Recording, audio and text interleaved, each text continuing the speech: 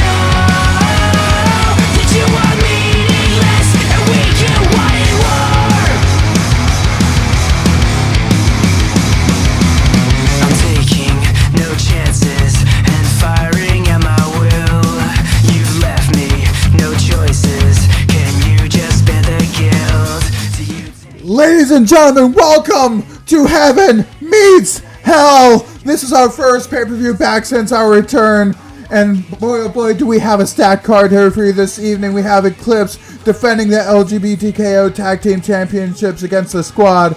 We have Jack Bradford taking on Mike Magnum Maxwell. We have Cassandra Blade taking on Sylvia Calvert-Lewin. Alexis Danvers taking on Jessica Harper. Mirabelle having an open challenge. Mirabelle's open challenge.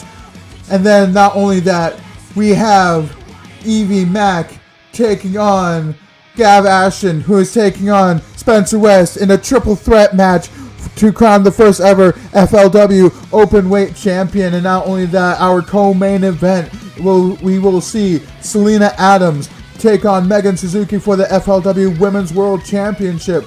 And then to cap it all off, we have our main event, Zeke Salizer taking on Adam Rage, defending his FLW World Heavyweight Championship in a no-holds-barred match. Ladies and gentlemen, we have such a packed night here for you this evening, and boy, oh boy, don't think I'm alone, because I have a broadcast partner here this night. We have with us Nathan Kelly from Empower. Nathan, how are you doing this evening? Just dandy. How are you doing today? We've got a really good show in line. Yes, we do. Here and for Heaven Meets Hell. Yes, indeed. And we're all starting it with the LGBTKO Tag Team Championship match between Eclipse and the Squad. Now, with just the one show that we have for this, this has already been an emotionally charged match. This has already been an emotionally charged encounter between the Squad and Eclipse. These two women right here, Macy Rage and Piper Salazar as the Squad, they answered Eclipse's open invitation for anybody to step up to them for the LGBTKO Tag Team Championship. But it took an interesting turn when both these women said it was a bonus for the tag team titles, but their main goal was getting their hands on Eclipse for how they trained Alexis Danvers leading up to her matches with Amber Reed and Sophia Winters, and much more recently, Mirabel Duarte. I mean, we saw just how in that match we didn't see the Punk Rock Queen. We saw what Danvers is calling herself, the Vindicator, a darker side of Alexis Danvers. That match with Mirabel Duarte was truly brutal. I was there to commentate it. I witnessed it for myself. It was like nothing else I've ever seen before from Danvers. So I completely understand why Macy Rage and Piper Salazar are very adamant on making Eclipse pay for what they've done. Now, these two women right here, Eclipse, the LGBTKO World Tag Team Champions, they won these titles at a Matter of Pride 3 back on February 15th, beating Lucen Stele to win and become the inaugural Tag Team Champions in their first reign still. And as well, it has to be said that every single challenger that has stepped up to Scout McKenzie and Cal Valen has come up short. Could that change here tonight? Could the Squad be the ones to finally kick Eclipse off their throne? Now, the biggest thing you have to take into account is that Scout McKenzie and Cal Valen are both really good at mind games. They know how emotionally charged the Squad is. They know how emotionally charged Piper and Macy are, and they're going to use that to their advantage here tonight. Well, something else you're going to note as well is that Macy Rage is obviously the fiance of Alexis Danvers. So, yeah, it definitely is playing into that emotional aspect, but the fact that Eclipse are using that to their advantage. One slip up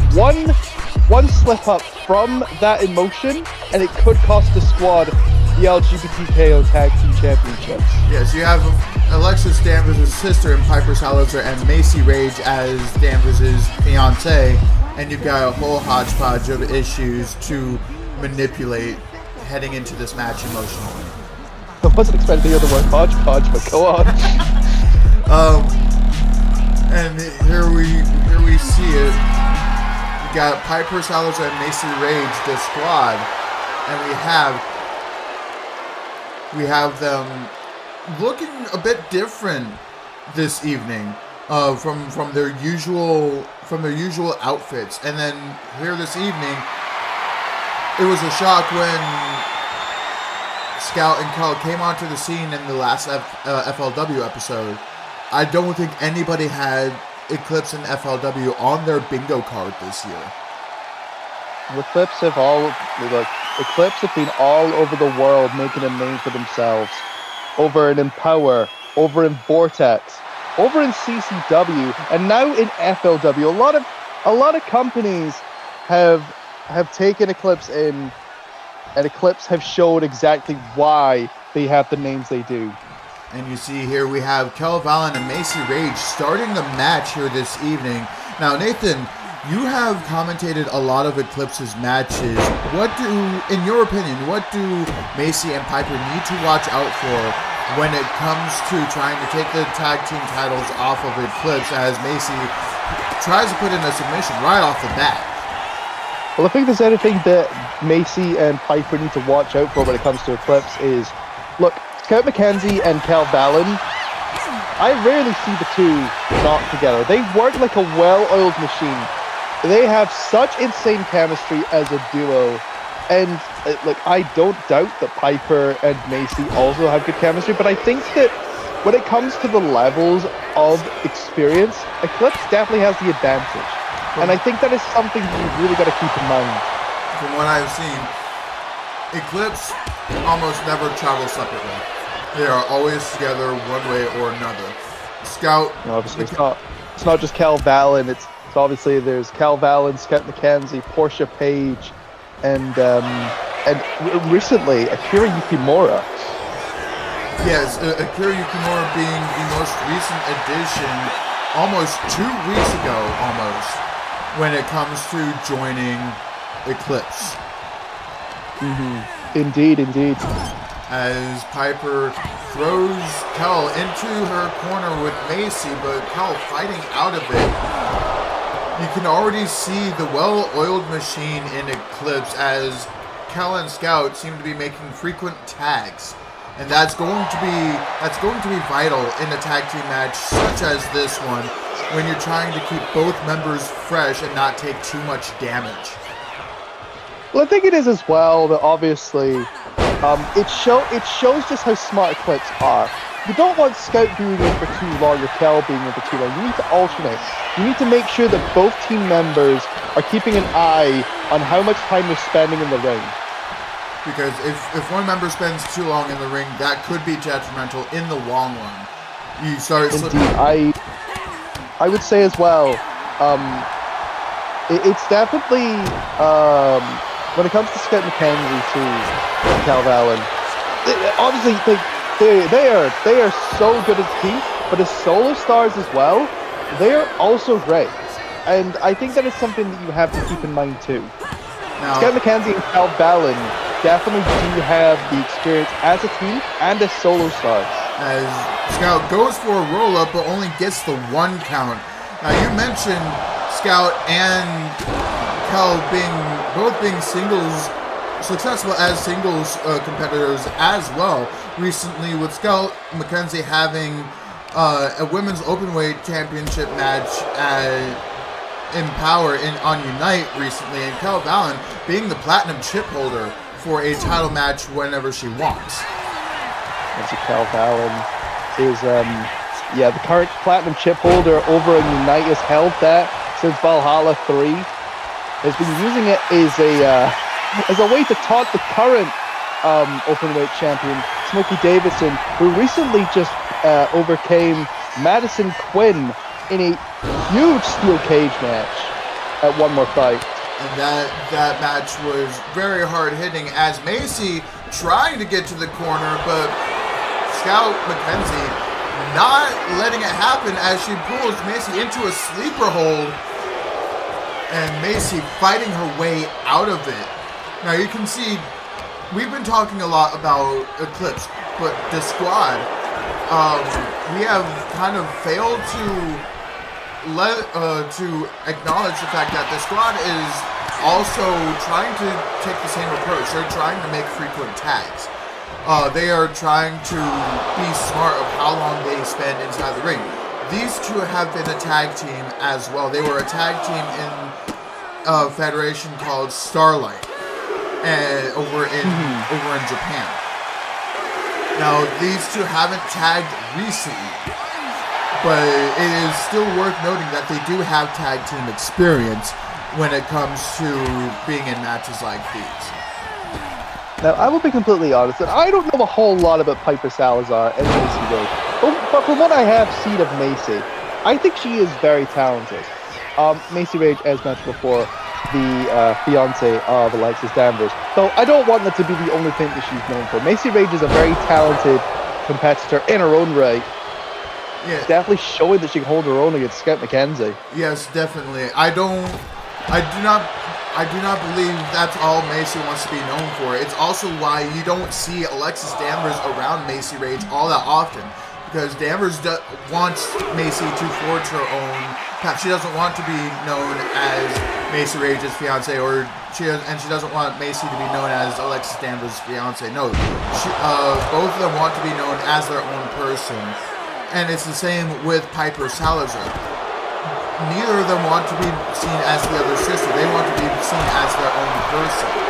And if Piper and Macy are able to beat the squad, if they are able to beat Eclipse here this evening, that would go a long way in proving that in front of the entire world. Macy trying to crawl to Piper, gets there. And- Kel Valley just not paying attention. And the two trying to get their hands on each other, and Kel getting that crossface in, and Macy being right there to break it up. And Kel Valley not taking too kindly to that. And Picking up Piper Salazar. I do want to mention all four of these women have a match coming up over the next couple days at A Matter of Pride 5. That's very true, actually. If Eclipse are to retain here tonight, then they will go on to fight Nombi on night 2 of Aim Up 5 in a ladder match for the LGBTKO Tag Team Championship.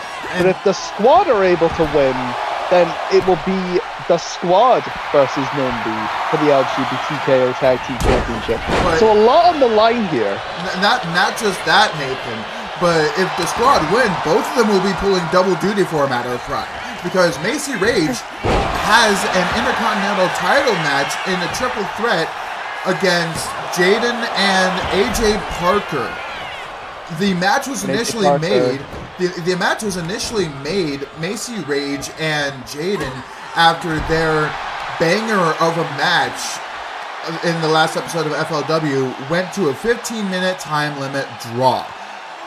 And just recently, at the One More Fight pay-per-view, AJ Parker was the one to win that Intercontinental title off of Jaden, so she got added to that match at A Matter of Pride 5.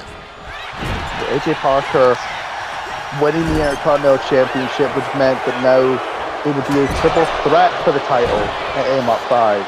And So Macy Rage, if they are to win the LGBTKO Tag Team Championships with Piper, yeah, they're going to have to pull double duty. Because not only that, Piper Salazar has been confirmed to be in the Matter of Pride 5 Pride Parade. Obviously, the Pride Parade. A big battle royal to determine who gets a shot at an LGBTKO championship of their choosing. So you gotta be wondering if unfortunately the squad are unsuccessful here tonight. If Piper wins that Pride Parade, she can automatically go after the LGBTKO tag titles again with Macy if she so chooses. Or maybe even going after the LGBTKO World Championship itself. Obviously, Matter of Pride 5 as well, the main event of night 2. Nico Raiden versus Brandon Dicey. As Macy calling Scout up to her feet, but Scout moves out of the way. That just goes to show you the ring awareness that Scout McKenzie has, the just level of experience that Scout has as a veteran of this business. Scout McKenzie's been doing this a very long time. And as Scout tags in Kel, letting Macy get up to her feet, but that might be a mistake. That might come back to honor. But Kel now going for the pin here. One, 2, and kick out at 2 from Macy. And Kel, once again, tagging in Scout. That tag team chemistry, that tag team motivation coming into play here. Scout McKenzie going after Macy Rage, but Macy, huge counter. Driving the knees of the corner. It's now here comes Piper Salazar. And Piper now pumping herself up here and getting Scout with that arm drag and going for a coffin drop, but hits no one. Now, Piper is known as the weirdo of her family, and she has worn that as a badge of honor. Amongst everyone else, as Scout hits that sling blade and dropkick combination. Once again, this tag team mentality coming into play as Scout tags in Kel once again.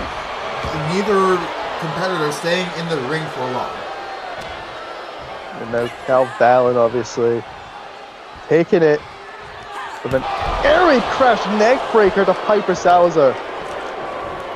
Now you've got to be wondering, Piper and Macy have done well enough so far to not let their emotions get the better of them. They have been trying to keep the action on Scout, on Kel, as Piper calling her up to her feet, and just that spinning cradle driver, 1, 2, and Kel kicking out at 2. Take that by Cal Valen. Clearly going to take a lot more to put Eclipse away. But like I was mentioning, the squad has been doing well enough to not let their emotions get the better of them, as emotionally charged as they were on the last episode, as Kel trying to get to Scout, but Piper stops it with an elbow to the back of Kel. And Macy now just looking to take out a bit of her frustration, going for the pin. 1, 2, and Kel kicks out at 2. Now you can see Piper and Macy starting to get a bit of a flow here against Eclipse, and that's what's desperately needed. If you want to take down Eclipse, you need to make sure that A, you don't let your emotions get the better of you, and B, that you keep the fight on Eclipse. As now here comes Scout McKenzie, Cal Valen, But tagging her wait, partner, but wait! Macy Rage taking down Scout McKenzie, and now tagging in Piper. taking down Scout almost immediately. Like she did, and that's what I was mentioning just now. Is you have to keep the fight on Eclipse. Don't let them get even an inch, or else they will take advantage of that inch and make it a mile before you know it. As Piper now laying into Scout McKenzie here. Scout. Piper sent it to the corner. Scout McKenzie, but I don't think. Oh my God! I don't think Piper was even phased by that. No, Piper, I think, deflected somehow that drop kick that was attempted by Scout, going for the pin on Cal. 1, 2, and Cal kicks out at 2. You can see Eclipse starting to struggle a bit here this evening. I don't think they expected this kind of fight from Piper and Macy. I don't think any of us expected this kind of fight from Piper and Macy, to be quite honest, because of how dominant Eclipse have been over all their challengers. Not to say that they've completely floored them in moments, but it has been shown time and time again that Eclipse just are on a different level compared to everybody that they've faced so far. And while there have been a few close calls, they have held on to these tag team championships. Speaking of holding on, Cal Valen is taking Piper by the foot, slamming her down to the mat. Oh, what a German! Huge German suplex from Cal Valen. Now Scout McKenzie being tagged back in.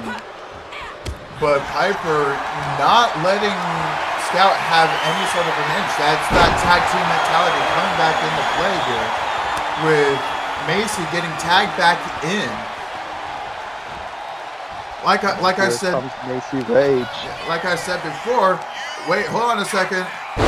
That huge flatliner going for the pin. 1, 2, and Scout kicks out at 2. And Macy very frustrated by this, but she has to be careful.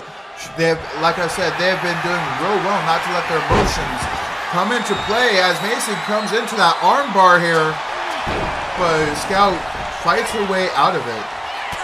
Showing the ring awareness as well, the experience of Scout McKenzie. And now Scout McKenzie dragging Macy Rage to the rope. What has Scout got planned here? And just oh my God! Kicking her out of the ring, and Scout now going to tag Kel back in, and Kel automatically going after Piper. And Macy... Piper sent to the outside. Macy Rage in a lot of trouble here. And Kel hitting that forward kick. And Scout now... Oh my God! Oh my God! Oh my God! Picture perfect moonsault to the outside. Kel Valen picking up Macy Rage now. Gonna get her back in the ring. Gotta be fast, gotta get there. While Piper's out of commission. And again, it's that tag team mentality coming into play. Take out one leg and the whole cannot walk. As Kel now with a huge drop kick to Macy Rage. And Kel now going to the top turnbuckle. What does she have in mind here? Oh God, what the hell? Kel Valen, oh my God, front splash! And going for the pin here. 1, 2, 3. Kel Valen and Scout McKenzie, all your winners. They have overcome this squad and have retained the the LGBTKO Tag Team Championships. But most importantly, you know what that means. At a matter of Pride 5, it will be Eclipse versus Nombi for the LGBTKO Tag Team Championship. Very unfortunate result for the squad, but Eclipse once again reigns supreme.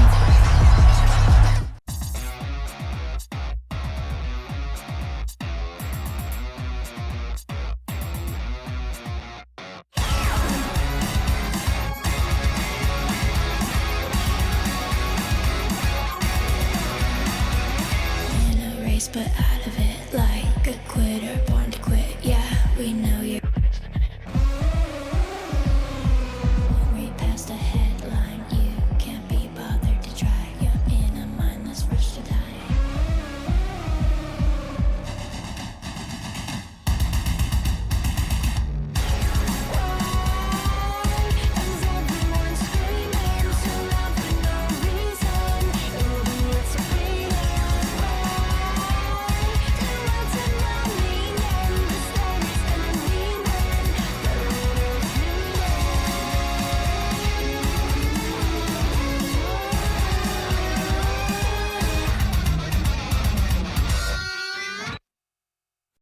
Hello, I'm Alan Montoya, and welcome to Heaven Meets Hell. As your host for tonight, I'm here with my first guest, the big bad booty daddy herself, Evie Mack. I didn't know people call me that. Is that sticking? I love it. I think I just prefer Voodoo Child. As a fellow genetic freak, I appreciate the promo last FLW. But let's get to questions. We got a long night ahead of us. With that said about your promo, let's be serious for one moment. The final has turned into a triple threat after you and Gav Ashton both couldn't make it back in the ring. Does that hurt your chances at winning? Or does that hurt their chances at winning? Now listen, I've gone in statistics a bit too much in the lead up on this match. I think when it all comes down to it, as much disrespect to Spencer West as I can give, he is a narcissistic arsehole. A finger-licking, dead inside, pixie slab, a third-rate dime store nut milk. And I tell you what he could do. He could lick my goddamn until the and then the and the until he screams Bloody Mary. What does it mean potentially being the first FLW openweight champion? And if you somehow pull off this win, what can you tell us how your reign will look like? Listen, I don't get nervous, but I'm feeling a bit you understand? This would actually be my very first title, if I'm successful enough in beating the amazing Pride of Efed Gav Ashton and the cunt Spencer West. I can't tell ya what's in store for a possible third championship because, like I said, I've never had the range before. This is new ground to me I'm making, new territories yet to be claimed. I don't want to sit here and feed you a bunch of promises in case I fuck them all up, you know, but all I can say is that much like my other promo with the math and the 163 or whatever the fuck, I am going to put 110% in.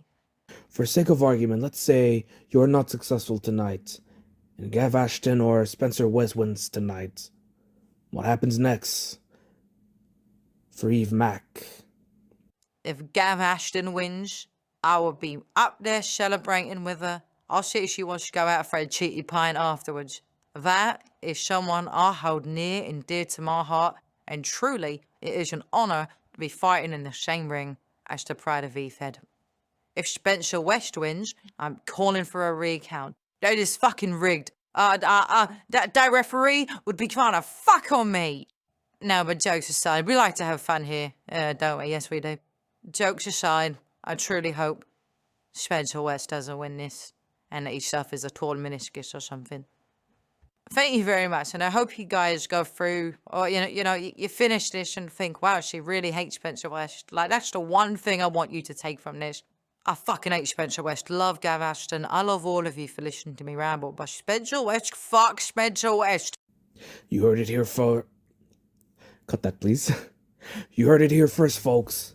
Thank you for joining me to talk with the FLW faithfuls. Wow, this is fun. Back to you, Neil.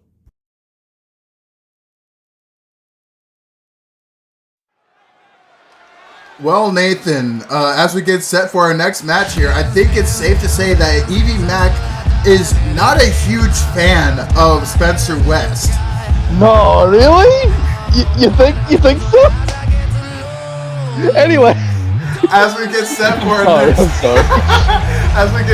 our next match here this evening, Mike Magnum Maxwell taking on Jack Bradford. This match was only just made 2 weeks ago at our last FLW episode when Jack Bradford attempted to take over the show and not let it go on until he got his match. Alexis Danvers was actually the one to come out and let him know that Jack Bradford was getting this match because he was holding up her match against Nico Raiden. So the general manager sent her out, just to give him the news so that way the match could start. And I mean, speaking of Nico Raiden as well, Mike Magnum Maxwell was meant to fight Nico Raiden for the LGBTKO World Championship. But then Jack Bradford decided, no, powerbombed Mike through a table and took the match for himself. And that's really where it all started between these two. Jack Bradford wanted that title match so much that he took it from Mike Magnum Maxwell. No, I'm no stranger to Jack Bradford. I've commentated a lot of this man's work. Well, what can I say about Jack Bradford? He's as I like Canadian. As I like to call big. him, as I like to call him, Jackass Bradford. Actually, So Jack Bradford, very big Canadian, very proud to be a Canadian.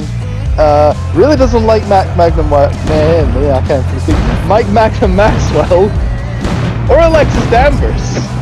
This has been an emotionally charged rivalry.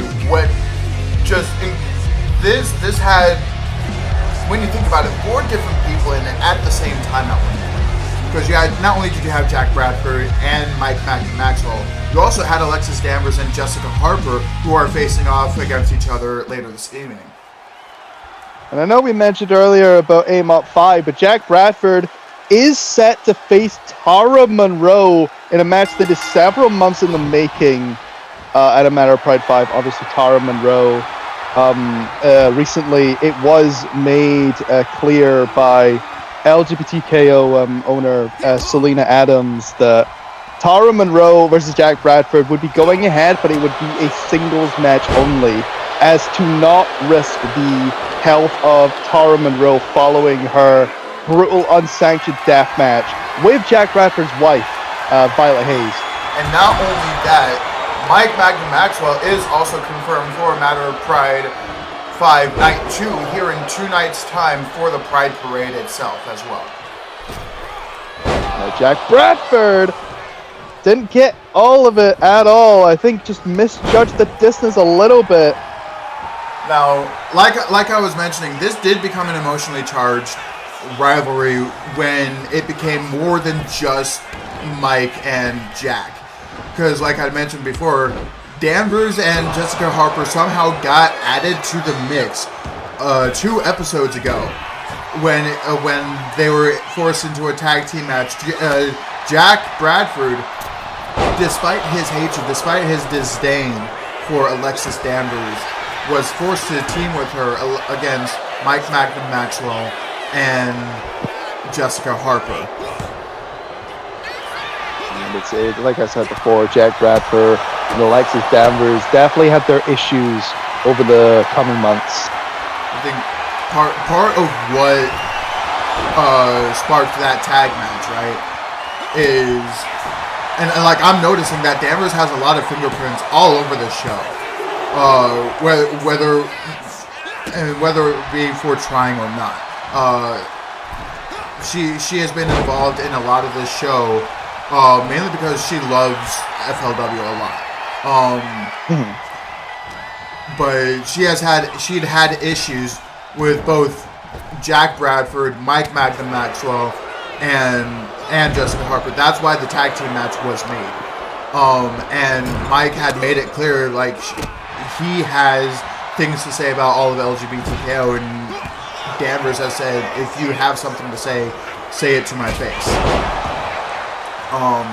Mike Magnum Maxwell very much being vocal about the fact that they are not the biggest fan of LGBTKO. And I think that's the one thing, right, that Mike and Jack have in common is that they do not like LGBTKO, that they are not fans of LGBTKO. As Mike now goes for a guillotine leg drop to Jack Bradford, sending him to the outside as the ref begins her count. What, Nathan, what would you say is that both competitors would have to look for when it comes to trying to get an advantage over the other?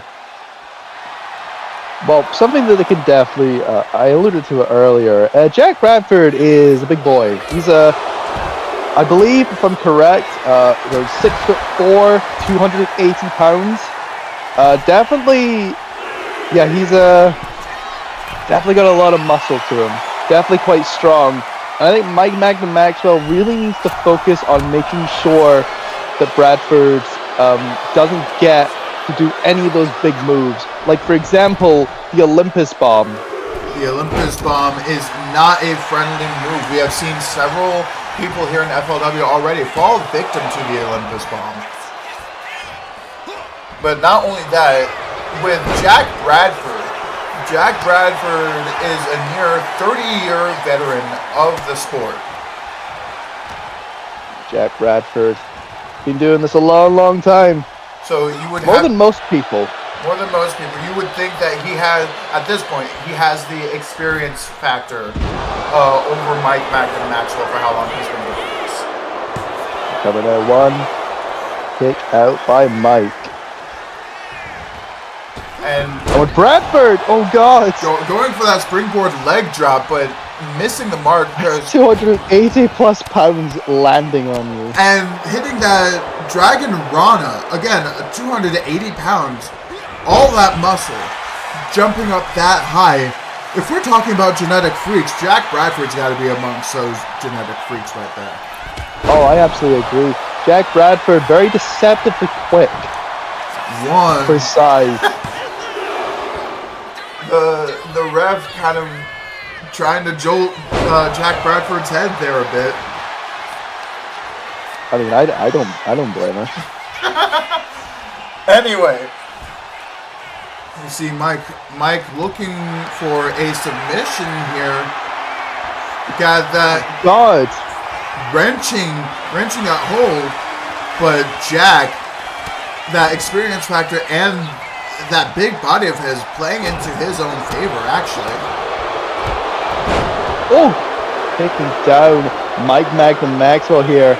Now Jack Bradford, what is he looking for here? Got him up on his shoulders. Snake eyes on the top turnbuckle to Mike Magnum Maxwell, but Mike already back up to his feet. Now, Mike recently had a stellar pay-per-view match at RHW recently. Hardcore Mania, if I remember that name correctly. I believe so, yeah. I think you're correct on that. And not only that, he has a match coming up at the Big Gay Brunch. At Dakota Falls Big Gay Brunch. We've been talking about all these matches that these two have been part of. We have talked about their Matter of Pride matches. And Jack Bradford as well just recently had a match on the One More Fight pay-per-view against Johnny Emerald. Johnny Emerald had been mocking Jack Bradford for a while before they actually got that match, even going so far as to cosplaying Jack Bradford and trying to act like him, stealing his gear and sending it back in non-Canadian maple syrup. I just think that's the funniest part of all that, though. It wasn't even Canadian maple syrup. Johnny didn't care enough to even check. And as we just saw, Jack Bradford hitting the Olympus bomb, but I believe didn't get all of it, as Mike did kick out at one, I believe. Now Jack Bradford going to the middle turnbuckle. What is Bradford thinking here? Oh my word! Shotgun dropkick! Huge dropkick to Mike Maxwell. You gotta know. We talked about moves you don't want to experience when it comes to Jack Bradford. Oh! Mike Maxwell got the knee up to counter that. And Mike now hitting that jumping enziguri from the corner. Now, that ring awareness from Mike Maxwell, that's something that you need to have. But Mike now not looking so hot with Jack Bradford here. Got him up in the powerbomb position. Jack Bradford and just powerbomb, dumping Mike and going for that leg drop again, but misses. And that huge drop kick just dumping Jack on his back. Wait, Jack Bradford got Mike Maxwell in the corner, and that's 280 pounds running right at you. I would not want to be on the receiving end of that. What the hell? Oh my! Reverse powerbomb. I would not want to be on the receiving end of any of this. I'm just putting that out there. I do not want to be on the receiving end. No, I don't blame you. Jack Bradford is definitely someone that you don't want to step in the ring with. Because if his weight wasn't bad enough, it's his experience. He has the weight, he has the muscles, he has the experience. Almost a 30-year veteran of the business.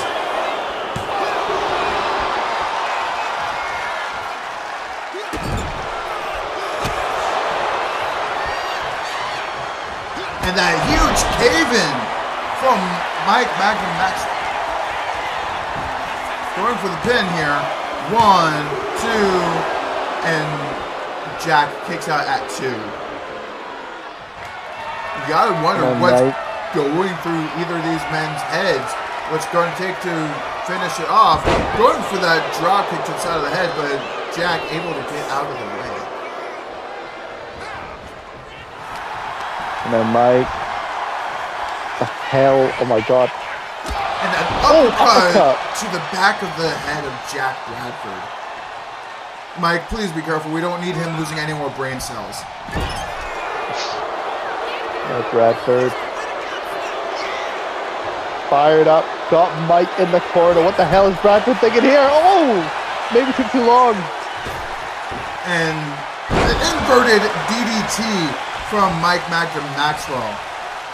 And Mike going for something once again. In the corner. Went for that enziguri again, but Bradford moving just out of the way in the nick of time with that spear. Just running right into Mike Maxwell, and I think this might be the end. Wait a minute. Mike Maxwell.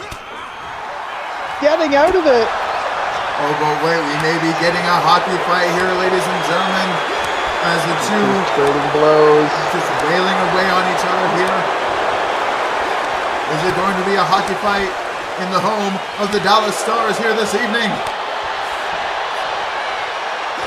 Let's find out. These two just trading blows back and forth.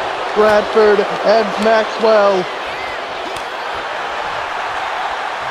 And Maxwell doing his damn best to keep up with Bradford, and we have a hockey fight, ladies and gentlemen.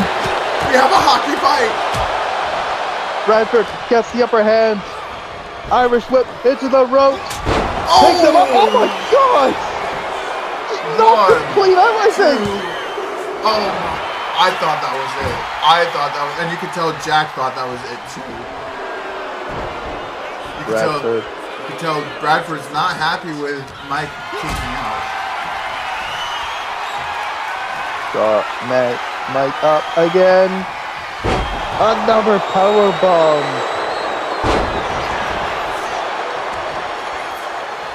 And Jack crawling to the corner here.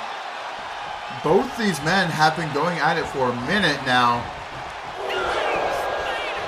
You can see the wear starting to show on both of them. Both of them starting to make some sort of mistake one way or another. And Jack now. Is he looking for it again? Boy, Jack Bradford. Oh, but wait. And we have... Oh! Oh my God. Mike Magnum Maxwell taking down Bradford. Could this be it? Wait, no. Bradford, counter. Now Bradford... Picks up Mike. Wait, no. Pick it Bradford... up, Cat. I would not want to be Mike Magnum Maxwell right now, though, because Bradford, now he's seeing blood. You become a different animal when you see your own blood running down your face, when you feel your own blood running down your face. And with Jack Bradford, I would not want to even think of what that might be. Bradford got Mike up again, but wait, Mike with those elbows right to the back of the head, getting out of the move, but Bradford.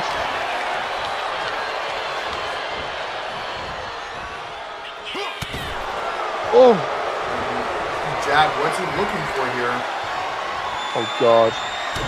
And just beating down on Mike, trapped in the ropes. And going for repeated headbutts. And busting open Mike Magnum Maxwell. Both of these two now busted open. It's now Bradford lighting up Mike Magnum Maxwell. And Jack going up to the top rope. Oh my God. Jack, what the hell are you thinking here? Oh my God! Went for that drop kick. Mike had it scouted, but Bradford's right back up. And once again, snake eyes onto the turnbuckle. Going for the pin there. One, two, three. Jack Bradford defeats Mike Magnum Maxwell. Now, one would argue that the finish to that match wasn't necessarily the best, but when you go through 2 Olympus bombs, those spears, just having to fight Jack Bradford, someone who is 280 pounds, has that experience, has that strength, and just getting dropped on your head face first into the turnbuckle, that does not play well in your favor. I completely agree. Jack Bradford. I will say Mike Magnum Maxwell definitely gave his all against someone like Jack Bradford. I thought that would have been it right there with that knockout blow. You see it, snake eyes into the corner, knocking Mike clean out to the point that he just couldn't answer the count of 3. And Jack Bradford victorious here tonight, and heaven we tell. keeping his promise to put down Mike Magnum Maxwell. I wonder what's next for the big Canadian bastard. Thank you, Neil. I'm here with the individual who's about to be taking on Megan Suzuki later tonight for the FLW Women's World Title belt.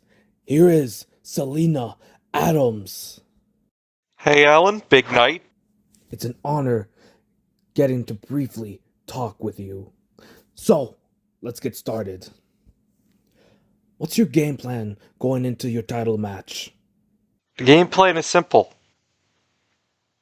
I'm just gonna do what brought me here. Megan Suzuki's a great competitor, but the one thing that Megan Suzuki and every other competitor that I've ever fought has in common is that they're gonna get the absolute best out of Selena Adams. Okay? And I could go into minutia of what limb I'm gonna target or this, that, and what have you, but here's the truth of the matter. I've been good enough to win a world title before. Megan Suzuki, I'm gonna be good enough again. You had an intense and passionate face-off with Suzuki. How important is this match tonight? And importantly, how important is the FLW Women's World Title to you? The match is everything for me. Tomorrow, I walk into a matter of pride. Barbed wire death. I don't know what my health is going to be like after that. I don't know if I'm going to be cleared to compete after that. I know that it might be now or never for Selena Adams to win a World's Championship again. Because I've been a World's Champion before. But that was when I needed to be. To pay the bills, to keep the lights on, to send the people I love to better lives. That's why I was a world champion. For once, I have a chance to be a world champion because goddamn it, I'm good enough to be a world champion. To prove that I'm a diamond not just because I had the pressure turning me into one. I'm a diamond because I shine brighter than just about anyone else. And I know Megan Suzuki's going to give me her best. But I made a promise at the start of the year to my mother that by the end of the year, I would become a world's champion again. That I would once again become a champion that my fans can be proud of and that I can be proud of. And FLW has given me this chance.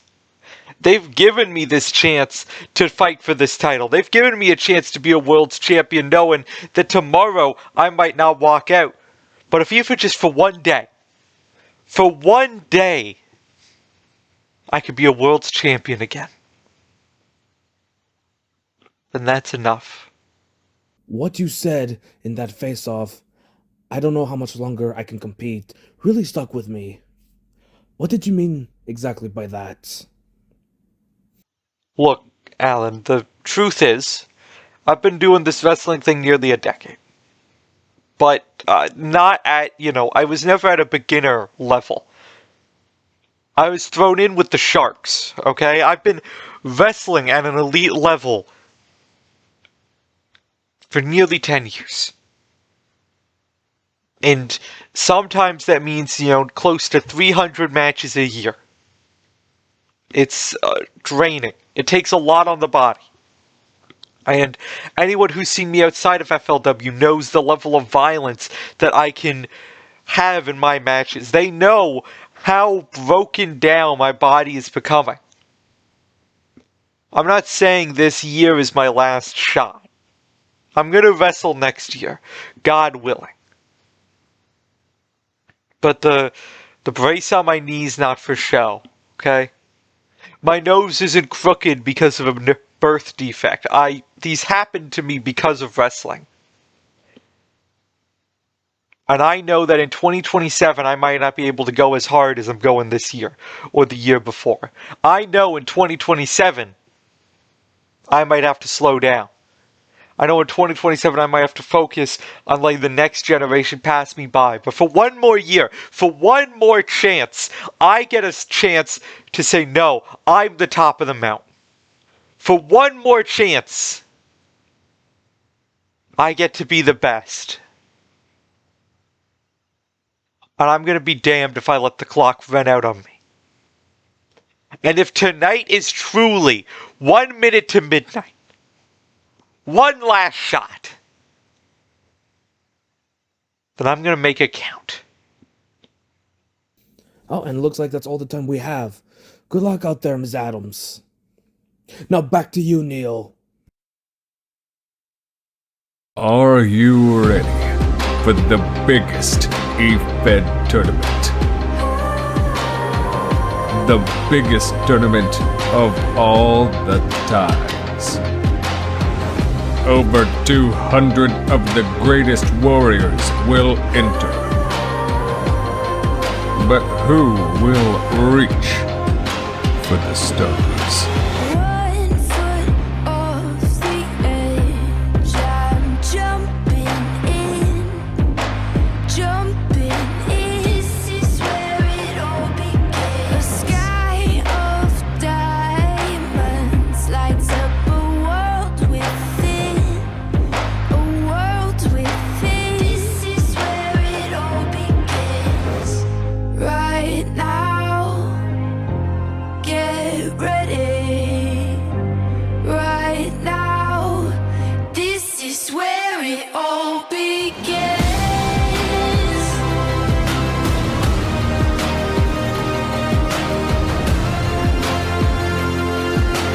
This is where it all begins.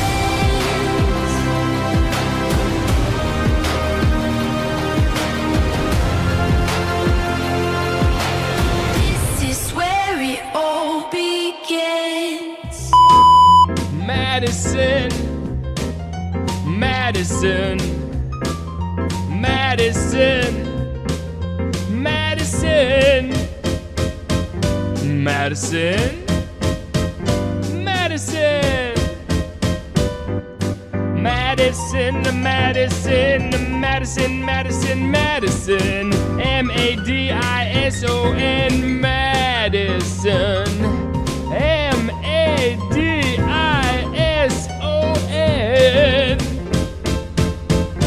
Madison, Madison,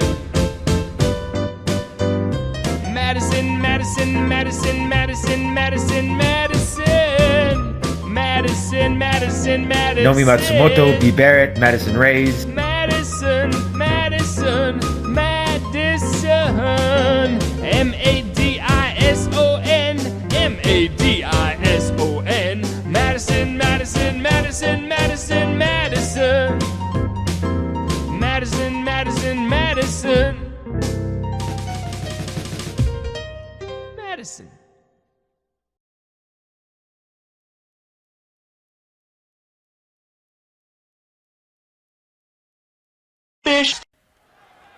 Ladies and gentlemen, as we get set for our next match here, Sylvia Cabrera-Lewin taking on Cassandra Blade here this evening. We just heard a few words from Selena Adams.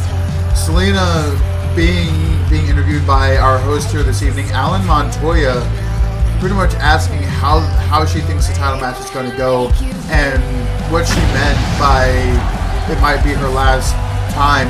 Well, with what's going on tomorrow at A Matter of Pride Night 1 between Selena Adams and Kyle Noble in an exploding barbed wire death, you gotta wonder, the clock might be ticking for Selena Adams to finally win the big one again.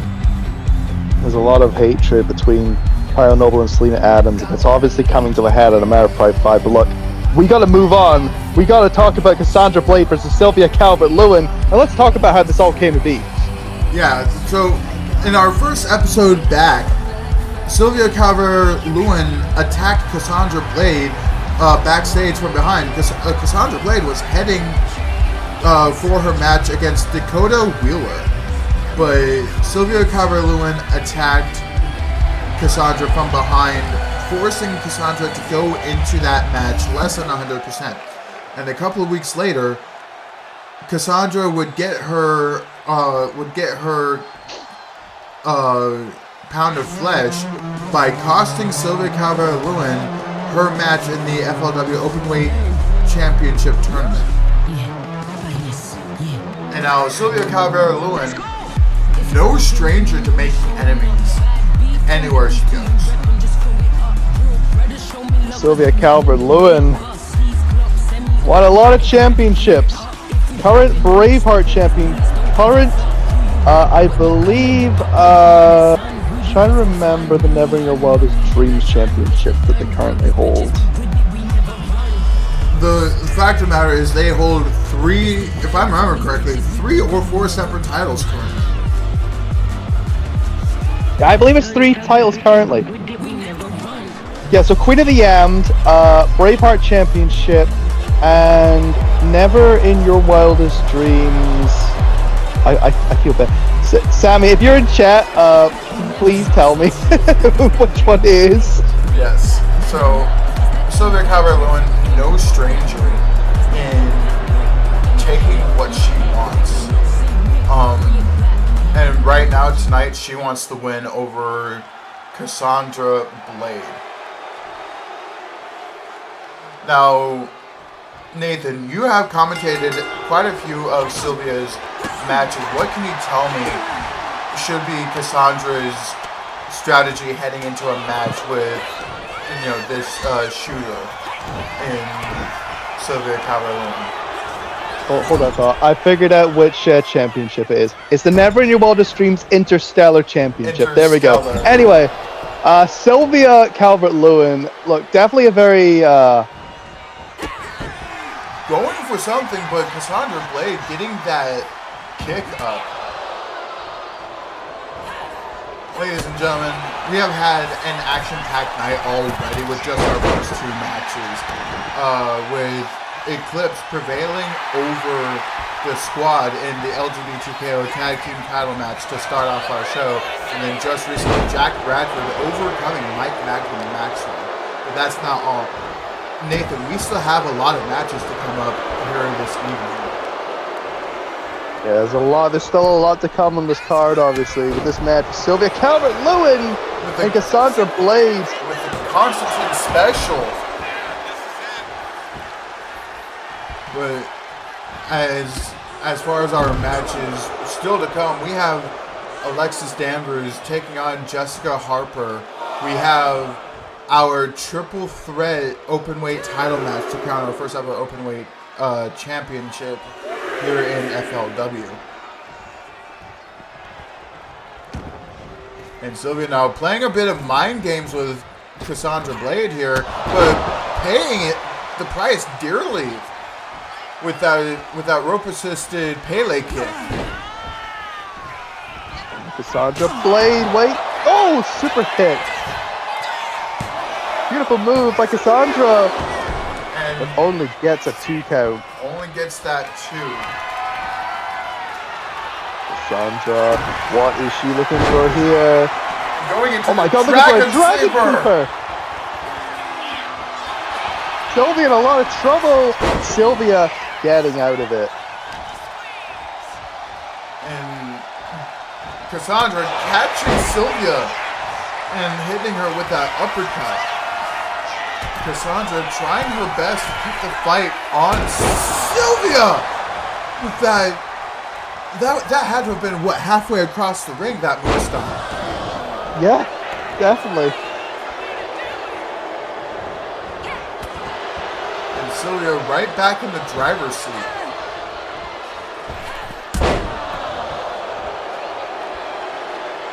And now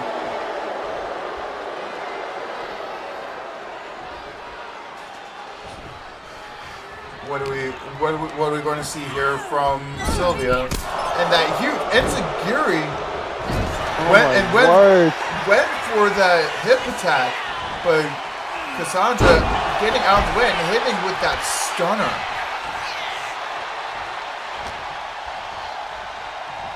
Now, Nathan, you have commentated more Sylvia matches than I have. Would you believe that Cassandra is doing what she needs to try and keep onto Sylvia Calvert-Lewin? As we mentioned before, that Sylvia currently holding 3 championships: the Braveheart Championship, the Queen of the Yams, and the Never in Your Wildest Dreams Interstellar Championship. Sylvia Calvert-Lewin, a very hard-hitting competitor. The Star Renegade has made quite the name for herself. The Star I think Renegade. Cassandra Blade definitely. Look, Cassandra, as talented as she is, Sylvia is definitely in a different ballpark. So I go for the cover. 1, 2. Kick out by Cassandra Blade. And Sylvia is not afraid to hurt somebody. And that's what makes not her. at all. That's what makes her so notorious with that huge rebound roundhouse kick. 1, 2, and Cassandra kicks out at 2. Now you got to be wondering what's going through Sylvia's head. Like, what's it going to take to put down Cassandra? Hold on a 10 minute. Oh shit! I said the thing. The cat goes to Celestial body's breaking upon the edge of infinity. I might have been very off the cue with that. 1, Go for the cover. 2, and Cassandra still kicks out. Frustration has to be starting to build for Sylvia for not being able to put Cassandra away already. So just as an aside, you have to call that, or Sylvia will kill you. Well, Anyway. I like living. I like living. So I will. Well, wait a second. You gotta say the full name. Cassandra Blade, though. Go for another Dragon Sleeper. Because Cassandra, with that never say die attitude, she's always trying to keep fighting.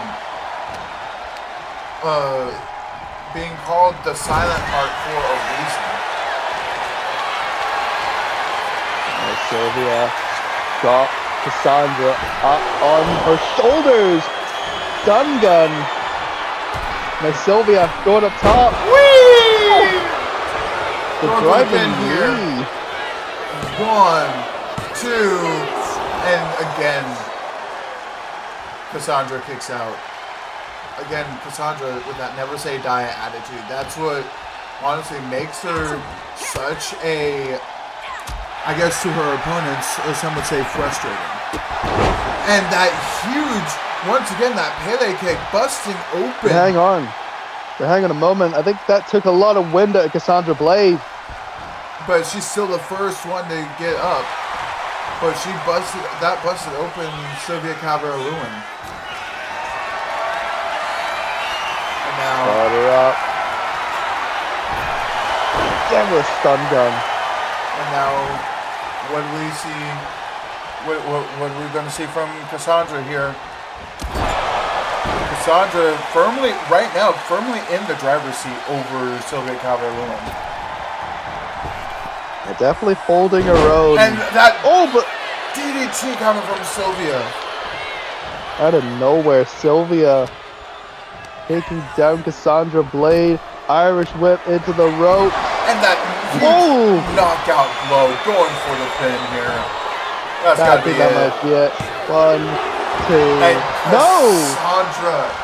Cassandra Blade kicking out and going for that coffin drop from almost the entirety of the ring. And now Sylvia But there is putting her in the corner again. What is she thinking? Sylvia is taunting Cassandra Blade here. and that hip attack coming from Sylvia Calvert-Lewin. Going to the top rope. Is she looking for the Wii again? Look for the Wii? That's not the Wii. No, but it is a big move. 1, 2, and once again, Cassandra kicks out. You gotta wonder. This has gotta be extremely frustrating with that 5-star frog splash. 1, 2, 3. That does it for Sylvia Calvert-Lewin. Sylvia Calvert-Lewin, but Cassandra Blade definitely gave her all here tonight. But the Star Renegade is victorious once more. You gotta wonder what's next for both of these women. Sylvia Calvert-Lewin and Cassandra Blade.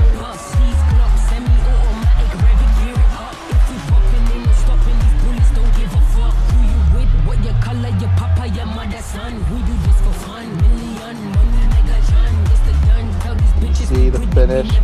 That rolling thunder frog splash, putting down Cassandra Blade. As you can see, blood pouring down Sylvia's face. But ladies and gentlemen, don't go anywhere. We have a lot more action to come this evening.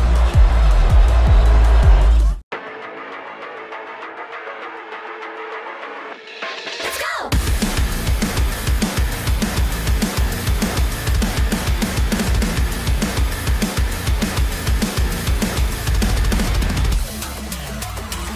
And you're scared 'cause you're running for cover, but you might be ready for.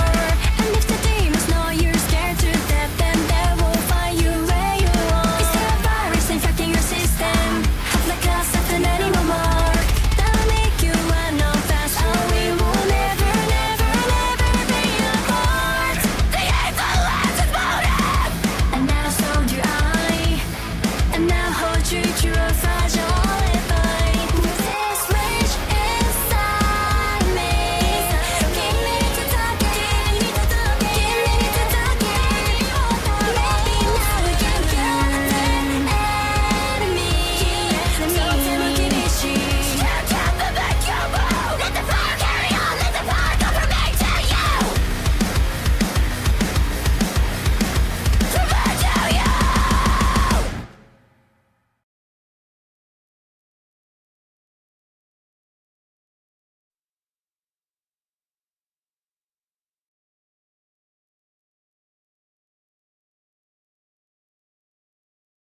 258, 259, 260. Oh, sorry to interrupt your sesh, Danvers, but myself and the FLW faithfuls have a lot on our mind. No worries, Alan. Always a pleasure seeing you around. What's going on? I'll make this brief, as we still got some more action to look forward to. So first off, do explain for those that are new, how did we get to this point with your match against Jessica Harper? How we got to this point? Plain and simple, Jessica was a sore loser. She lost to my fiance and blamed me for being a distraction. I've said it this entire time. It seems like it was a skill issue. She took her eye off the game and paid for it. Macy made her pay for taking her eye off the ball. Now, if she wants to target me, alright then. I'll just have to show her why exactly I'm the punk rock queen, why exactly I am one of the best damn professional wrestlers in this business. What is the deal between yourself and Jack Bradford? Though I'm supposed to stay neutral, I don't need to ask what's wrong with him. If anything, what's right with Jackie boy?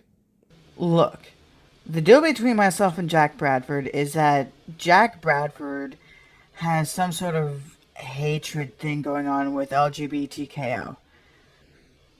Look, I'm not going to diminish what the guy's done. He's been a 30-year veteran in this business. I'm not going to diminish that. Alright? But the fact of the matter is, he's old enough to be my dad. Like, plain and simple. He is old enough to be my dad. And, you know, whatever he doesn't like about me, I'm not sure. Maybe it's because I'm too much of a smartass. But the fact of the matter is, he needs to slow it down a bit because I have way too much on my plate right now. I have told him I will get to him when I can. He just needs to wait his turn. I have so much on my plate right now that it's not funny. I have no issues with facing him. I have no issues being a smartass to him. If he wants to, you know, go through with that. Do you feel you have what it takes to beat Jessica? Actually, Alan, hold that thought. I have something I need to take care of real quick. Oh, looks like that's all the time we have. Alright, Akira, why are you here? What's going on? Don't worry, Danvers. I'm not here to fight you. Believe it or not, I'm actually here to wish you good luck in your match tonight. Really? You're here to wish me luck? Is there something I'm missing here? We're facing each other in 2 nights. Don't give me that look. I'm trying to be nice. Good luck in your match tonight. Because I don't want any excuses at a matter of pride when I beat you in the middle of that ring. I want to know that I beat you at your best, and I want you to know that your best wasn't good enough to beat me. See you soon.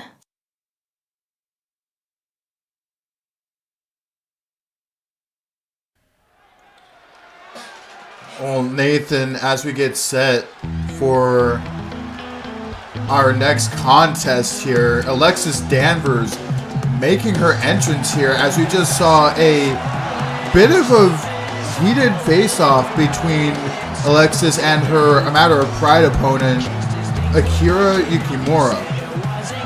I mentioned Akira Yukimura earlier when it comes to Eclipse. Alexis Danvers and Akira Yukimura set to fight at night 2 of A Matter of Pride 5. But first, that is going to be incredible. But before she can get to that match, she has to get through Jessica Harper, making a bold statement that Danvers making a bold statement that she's one of the best damn professional wrestlers in the business. How true do you think that holds up? Well, I don't really see any reason to dispute what Danvers is saying, but, well, we have to find out exactly if that is the case against Jessica Harper. Jessica Harper tormenting Danvers for several shows, having been irked that she lost to Danvers' fiance, Macy Rage. And Danvers has been calling it a skill issue on Jessica's part. Danvers has been doing this a lot longer than Jessica Harper. Jessica took her eye off the ball and has blamed Danvers every step of the way during this build, claiming that Danvers was a distraction. What do you make of this? It's also the fact as well that when it comes to Danvers and Jessica, it's very clear that Jessica wants to prove herself tonight against Alexis Danvers. Because against the likes of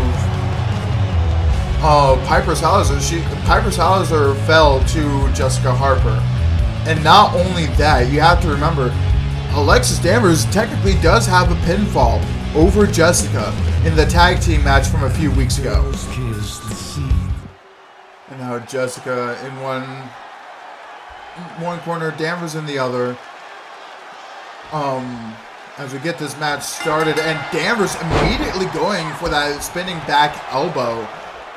You have to wonder what all's going through Danvers' head. Not only did she recently have, like we mentioned earlier, that Glasgow bar fight with Mirabelle Duarte, someone she considered a sister at one point, with LGBTKO, but also having this match here this evening, and also having a match with Akira Yukimura in 2 nights' time at A Matter of Pride Night 2. What do you think is going through her head? Definitely going to be a lot running through the head of Alexis Danvers at the moment. A lot's been going on for this woman. And obviously, not to mention as well, the issue between her and Jack Bradford. You gotta wonder, because Jack Bradford has made it clear that he has issues with Danvers as she gets caught by Jessica Harper and gets hit with that power bomb. But Bradford went for that elbow to the back of the head, but Danvers going for that cheeky roll-up that got her the victory over Jessica the first time. But Bradford making it no secret that he has his eye on Danvers. So you've got to also be wondering, like, if Danvers has that in the back of her mind, just like when if Jack might strike, whenever that might be. Yeah, very true. But Danvers has to keep her eye on the ball tonight. She has to keep her eye on Jessica Harper. She can't allow any distractions of Akira Yukimura or Jack Bradford sway her from getting the job done here tonight. No, and once again, going for that Eye of the Oracle, trying to use Jessica's own move against her once again. And that has been a big crux for why Jessica does not like Danvers. It's almost like stealing a witch's spell. If a witch has a spell, you do not steal that spell from that witch. Very true, very true. Danvers. What is Danvers looking for here? Locking up with Jessica. Irish whip into the ropes. But Jessica, away, showing that she's no pushover, taking the fight to Danvers. Danvers, once again, making the claim that she's one of the best professional wrestlers in the business. But Jessica, if she's able to have a great showing here tonight, she might be able to start putting herself up there, like climbing up the ranks herself in that regard. Jessica Harper is going to pick up a victory over Alexis Danvers tonight. It would do wonders for her career. It really would. And I just want to point out the symbolism that Danvers has on her gear tonight. If you pay close attention, on the waistband, it has 3 arrows and 2 X's on that waistband. It has been noted that Danvers' favorite band is Sum 41, and that they have gotten her through thick and thin growing up, and has tried to honor that whenever she tries. Whenever she goes out to the ring, she tries to carry some piece of Sum 41 with her, as Jessica has her in for the base drop. Jesus. And Jessica going for the Eye of the Oracle, but Danvers having the wherewithal to slips out of it and hitting that inverted DDT. Now, you'll notice on Jessica's gear, there are a couple of runes on Jessica's gear, and there are 2 main ones.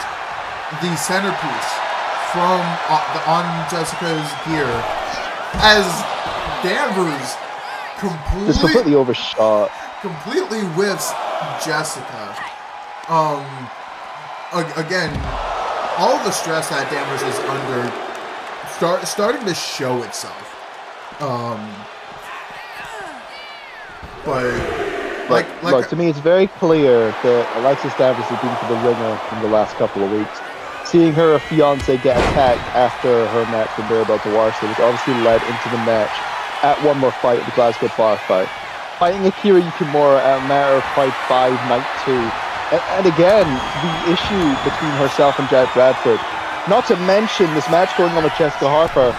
It is no surprise that Alexis Danvers is probably very stressed and not on her game right now. Yes, indeed. But like I was saying before, the runes that are on Jessica's gear tonight, as Danvers misses that back elbow once again. The centerpiece on Jessica's gear is the rune for the World Serpent Jormungandr, who is closely linked, I believe, as a child to the Norse god of mischief, Loki, which is the other Nordic rune on Jessica's gear here this evening, channeling the power of Loki, the god of mischief, and Jormungandr, the World Serpent, for her match here this evening against Alexis Danvers. And if you also going to remember as well is that Loki is a trickster. Is a trickster god, yes, indeed, the god of mischief. You got to wonder if this is something that you believe, that could also be playing. That could also be playing a factor into this match as well. Another Alexis Danvers. Things was going for Poison Rana, but couldn't, I think, completely just misjudged where Jessica was. And again, Danvers, an interesting statistic is that despite having the Poison Rana in her repertoire, Danvers is almost never able to hit that. And Jessica pulling herself up on the outside here, and Danvers trying to get back into the fight here. Danvers has admittedly been struggling this entire match. you've also got to wonder what toll that as Jessica hits her with the spine buster there and tries to get the pin. You gotta wonder what toll, like bringing out this Vindicator against Mirabel Duarte, did to the psyche of Alexis Danvers. Well, it's like anything really. When you bring in a darker part of yourself, it changes you. As oh my God! Jessica stealing the letter bomb from Danvers and busting her open with it. And Jessica got that chop block, and then Danvers dodging that, and then going for the headfirst slide to Jessica Harper. Going for the pin here. The cover. 1, 2, and Jessica kicks out at 2. But like you were saying, opening a darker path in your, like, within your mental psyche, honestly does more harm than good sometimes, as Danvers goes for the misery DT. And Jessica, 1, 2, kicks out at 2. Jessica kicks out at 2. And Danvers with that huge moonsault. Like I said before. Hold on just a minute. Boom! Eye of the Oracle busting open Jessica Harper. Once again, Danvers stealing Jessica's move and said turnabout's fair play because Jessica stole the letter bomb from Danvers and busted her open with it. But like I was saying before with the Jack Bradford match against Mike Magna Maxwell, seeing your own blood filling it, that adrenaline rush helps kick things into high gear, as we can see Danvers having had that driver's seat control for a minute there, but Jessica's trying to take it back. As Jessica, wait a second. No, she can't be possibly going for the misery Danvers' misery DT. 1, 2, and Danvers is able to kick out of the misery DT. These two just keep throwing their own shots at one another. But wait, Danvers. And showboating a bit, but Danvers can't spend too much time showboating, as that's the result.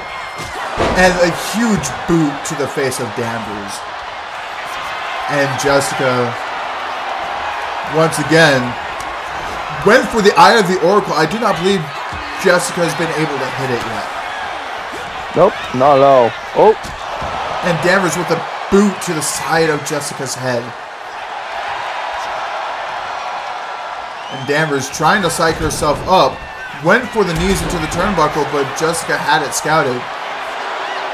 I understand that Danvers is a show woman, but she can't let that overshadow the fact that she is in a very highly emotional match, with Danvers hitting the letter bomb on Jessica. Go for the cover. Is that going to be enough? 2, and no, it is not enough to put Jessica away. And Danvers now to the top rope, hitting that moonsault from the top rope. And Danvers kind of getting frustrated here.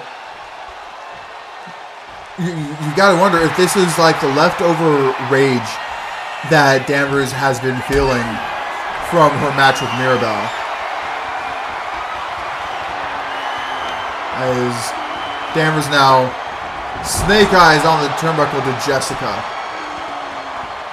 I will say Jessica has been holding her own against Danvers very well here this evening. Yeah, very true. As Jessica on the middle turnbuckle, beckoning Danvers to her feet. Oh, but wait. Oh! With that huge cross body to Danvers. Wait, Danvers. Uppercut, reversal. Danvers. Oh my God! That athleticism from Danvers on display here. And it looks like Danvers went for head first slide again. But Jessica had it scouted. And Danvers with that backbreaker, facebreaker combo going to the top here. Went for that 054, but Jessica was able to move out of the way. Danvers does not bust that out very often, and finally hitting that spinning back elbow. Go for a springboard moonsault, but couldn't get any of it. And now Danvers just pounding away on Jessica here. Gotta be so much rage still in Danvers after everything that's happened. But wait. Jessica went for something, but Jessica now with the knee to the side of Danvers' ribs. And you can see the toll that this match is taking on both women.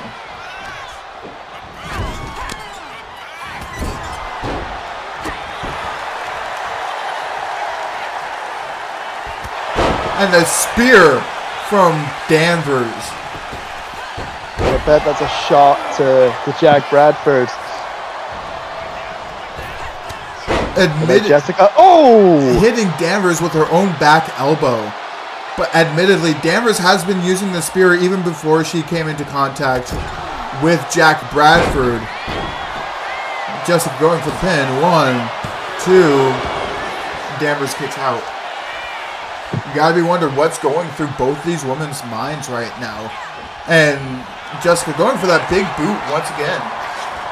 They're both just trying to throw everything they can at one another, even their own moves, but nothing is just enough.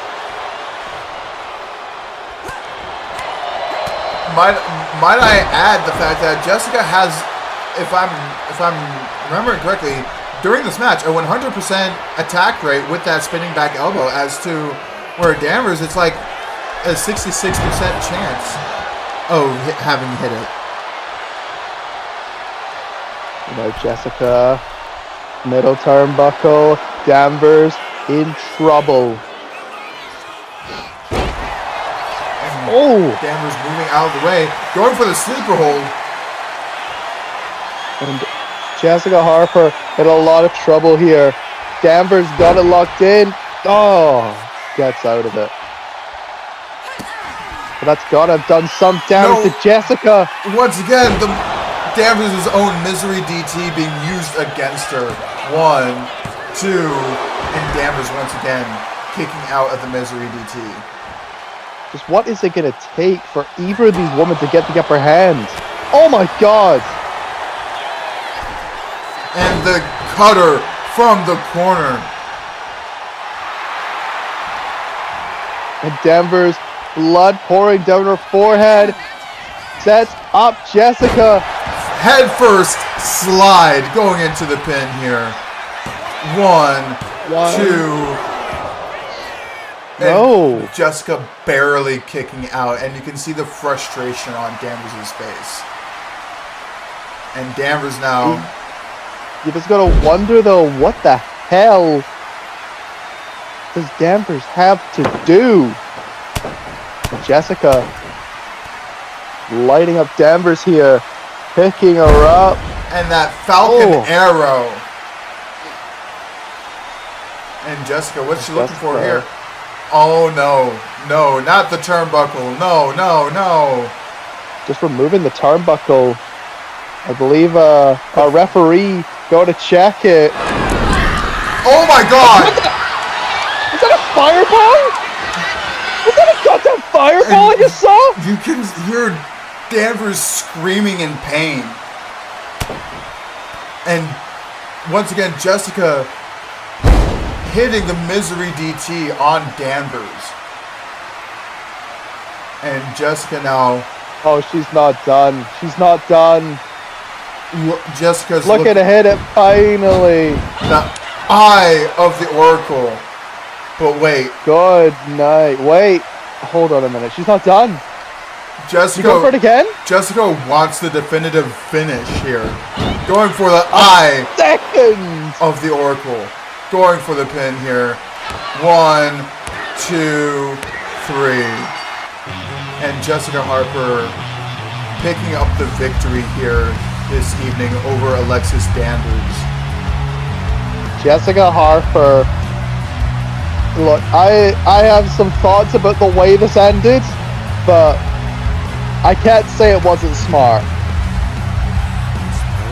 Pulling the distraction of removing the turnbuckle, I don't even think she was planning on using the exposed turnbuckle. But wait, where did she get a fireball? Oh, that's what I'm trying to figure out here. She's a witch. As we see Danvers unable to really get away. Oh no. No. No. Jack Bradford, for God's sake! What the hell is Jack Bradford doing out here? When you stick your neck in other people's business. Oh! Jack, what the hell? This damn Jack Play Bradford! stupid games, and you're gonna win a stupid prize, Danvers. And Oh no. Jack just manhandling Danvers. Danvers just went through a war, got hit with a fireball, and Oh my god, looking for that pump handle sword buster. We saw it hit that no, Johnny no, Emerald! no. Don't pass out on me just yet. We're just getting started. and Danvers Oh, the by. defenseless against Jack Bradford.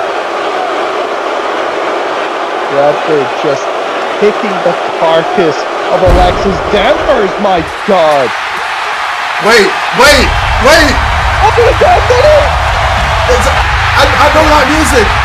It's Tara Monroe! Tara Monroe has arrived at FLW and just got right into Jack Bradford! That beat the hell out of him! He beat his ass! Hey, Jack, you know, I really hate your wife, but even I gotta admit, she's got bigger balls than you ever will. My body might barely be holding together right now, but I'll be damned if I let you lay a hand on my family ever again. You only lived today because I allowed it, but come a matter of pride, you're fucking dead. Now scurry on out of here like the bitch you are. And Tara helping Danvers up to supposedly best friends, but Danvers doesn't look too happy right now. Tara Monroe's obviously been very busy with Violet Hayes, and Danvers is leaving. You can tell Danvers not too happy right now. Stick around, ladies and gentlemen. More action after this.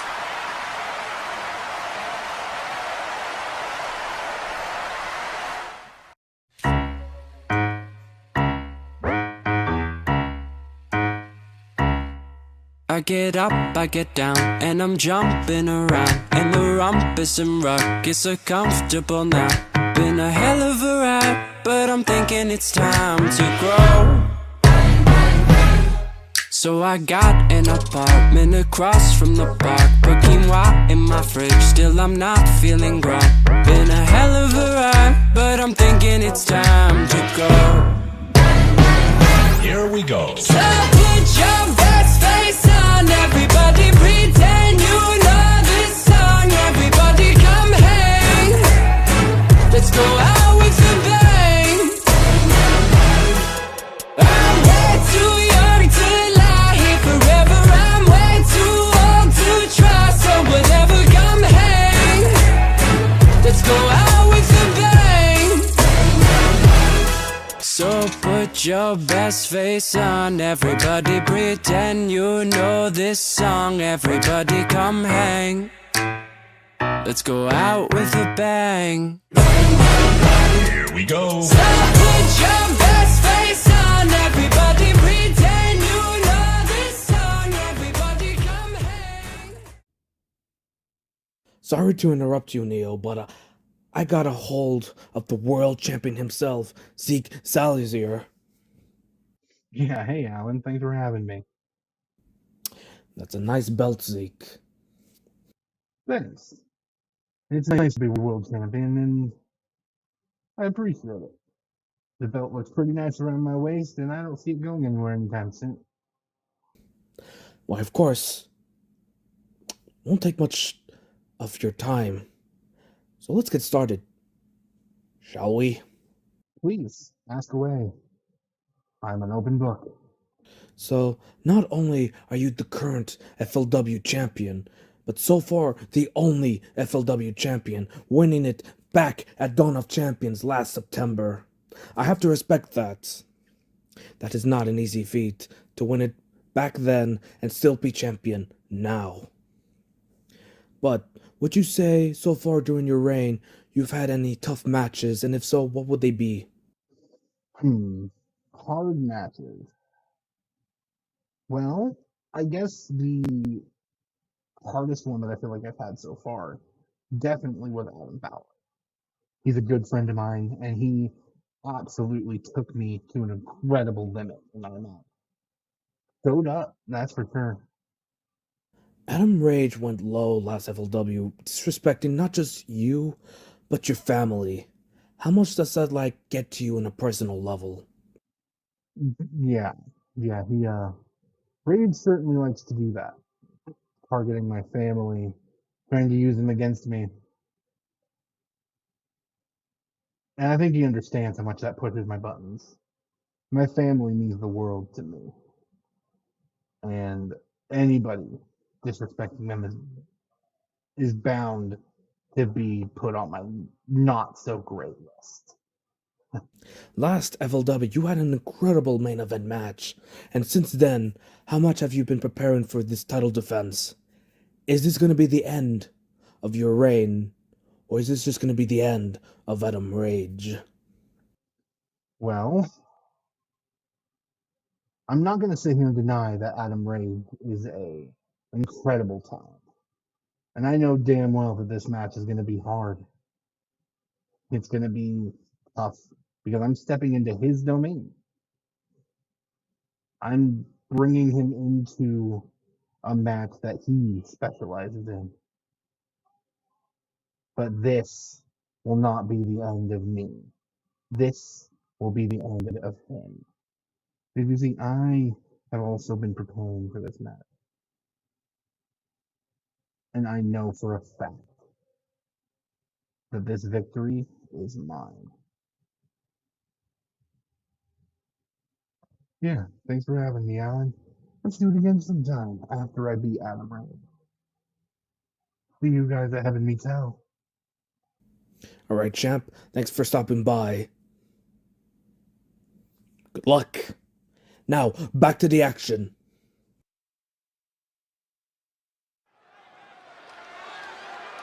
Ladies and gentlemen, welcome back to Heaven Meets Hell, and we are getting set for more singles action here tonight, ladies and gentlemen, with Mirabelle and her open challenge here this evening. Last episode, she made light work of Anna Simmons, the returning Anna Simmons, beating her in, I want to say, under 30 seconds, and she made the challenge.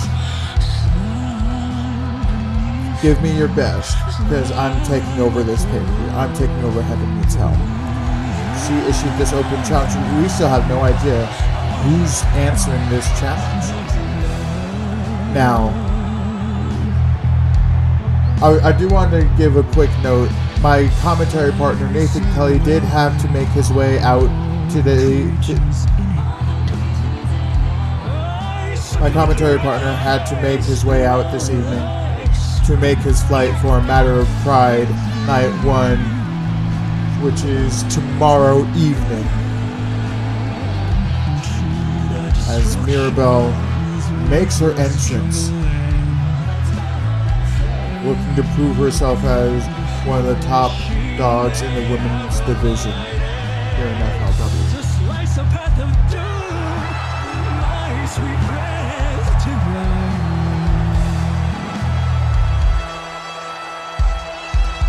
And like I said, we still don't know who her opponent is. So I suppose... Alright, I'm done waiting. Last FLW episode, I issued an open challenge for tonight, and no one's answered it. What, is the entire locker room just full of pathetic wimps who can't hang with the best LGBTKO champion of all time? Come on, someone come out here and show me what you've got. Alright, well, she might regret those words, but oh my word. We are getting intergender action here, ladies and gentlemen. Because Adam Fowler is making his entrance and is answering the open challenge. Fowler, just in the last episode, went almost a half hour with Zeke Salizer in an absolute war. Where do I start?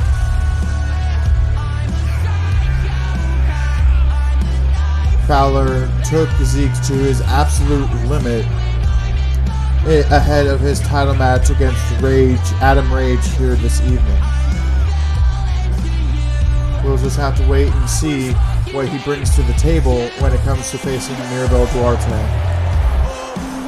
But if last episode is anything to go off of, things do not look good for Mirabel Duarte.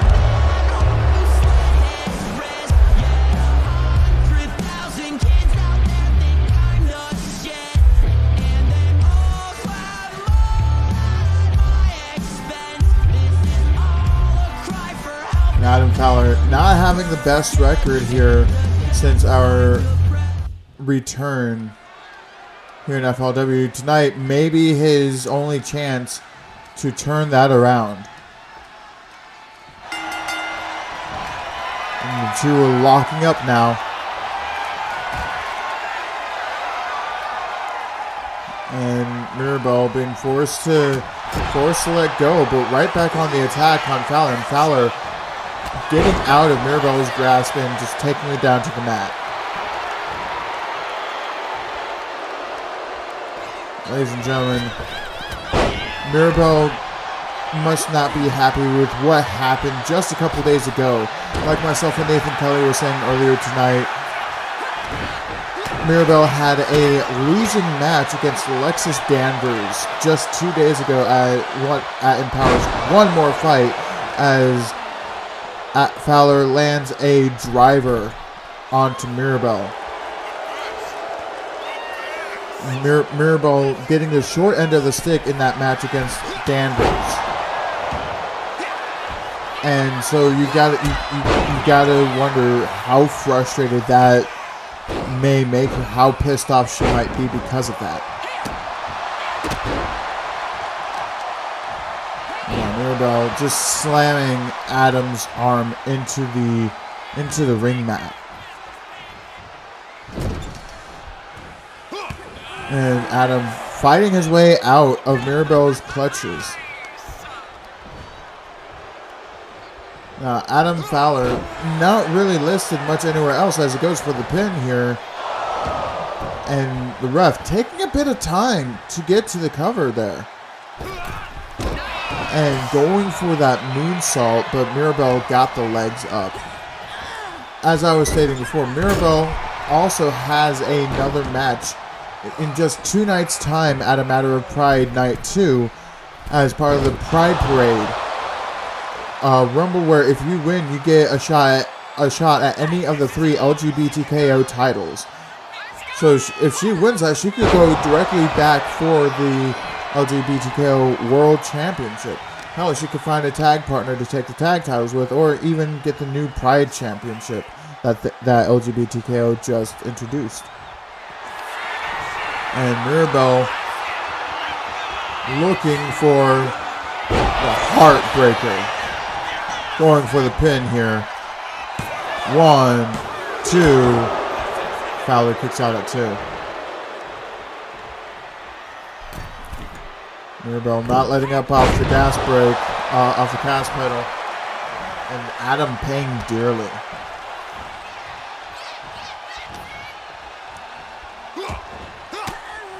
And Adam fighting out of Mirabel's clutches there, but gets caught right into an enziguri.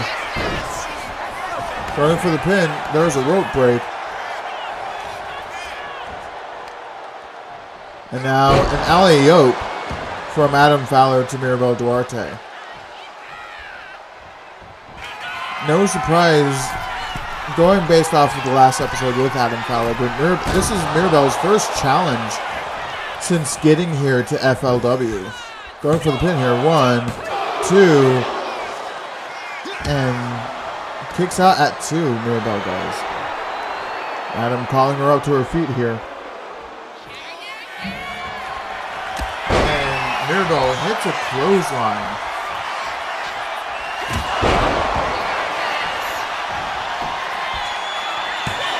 One, two.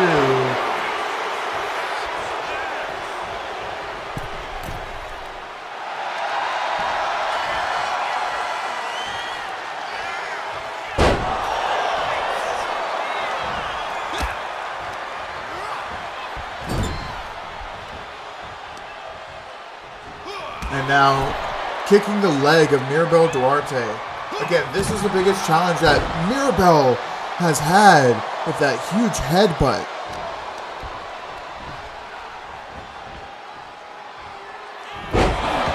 And just a face plant from Adam Fowler.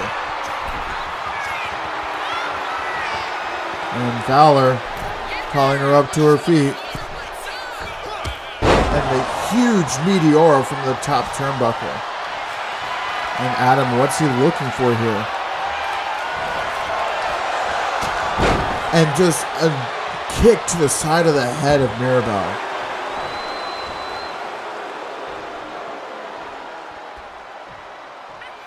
Mirabelle looks to be in a bit of trouble here, but moves out of the way of the moonsault. Adam taking too much time. Kind of gloating a bit. And Mirabelle now once again, heartbreaker to Adam Fowler. Now Mirabelle, great ring awareness showing from Mirabelle, knowing that if she pinned him right then and there. But once again, going for heartbreaker. Going for the pin. 1, 2, and Fowler kicks out at 2 once again. If you're Mirabelle, you've got to be wondering what's it going to take. What's it going to take to put Adam away?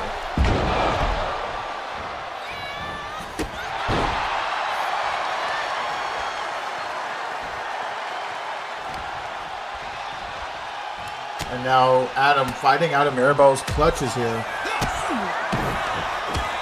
And laying out Mirabelle.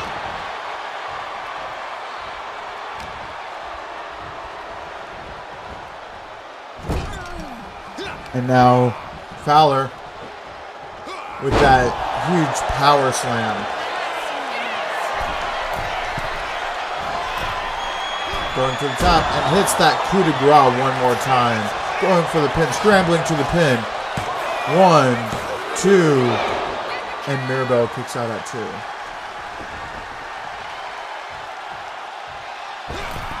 And going for that moonsault again, but Mirabelle once again getting those knees up. Mirabelle wins here tonight. Going for the pin here. 1, 2, with Adam kicking out at 2. If Mirabelle wins here tonight, that gives her a lot of momentum heading into the Pride Parade here at Matter of Pride Night 2 in 2 nights' time. As she hits the Spanish Fly, catches Adam with the Spanish Fly, but now the Twisted Sin from Adam Fowler. Going for the pin. 1, 2. Fowler looking a bit upset here. He can't let his emotions get the better. And that taste of pain from Fowler. And going for that DDT that put Piper Salazar away just a few shows ago. And a huge elbow drop from halfway across the ring.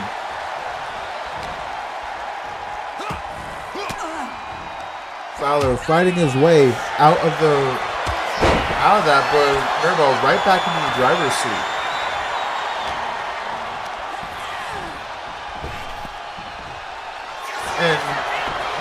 one Fowler hitting that DDT himself. 1, 2, and Mirabel kicks out at 2.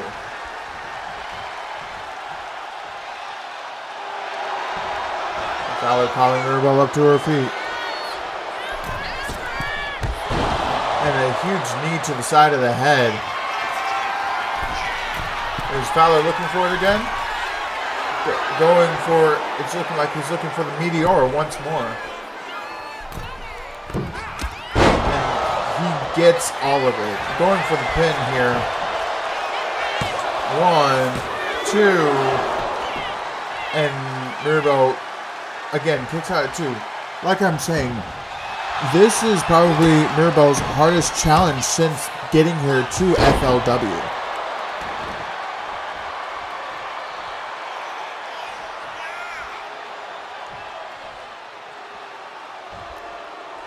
And now, Mirabel fighting her way back into the driver's seat.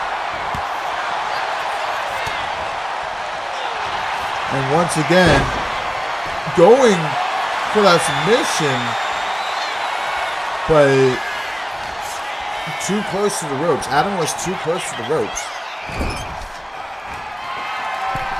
And what's Mirabel looking for here?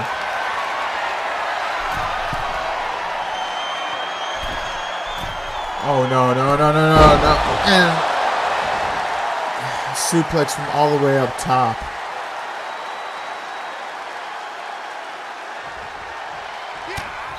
And Adam Fowler now fighting his way back.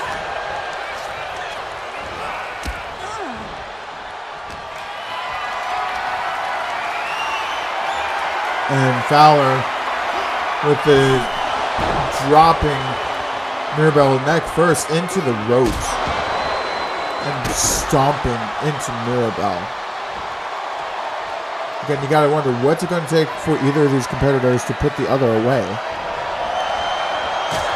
And again, that kick to the side of the head.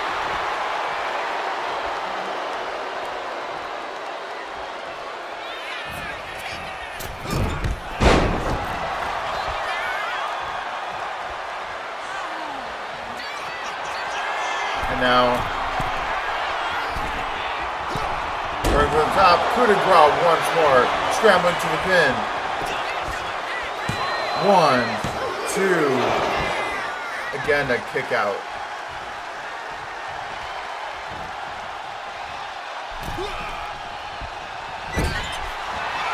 And now, Mirabel looking for a forearm.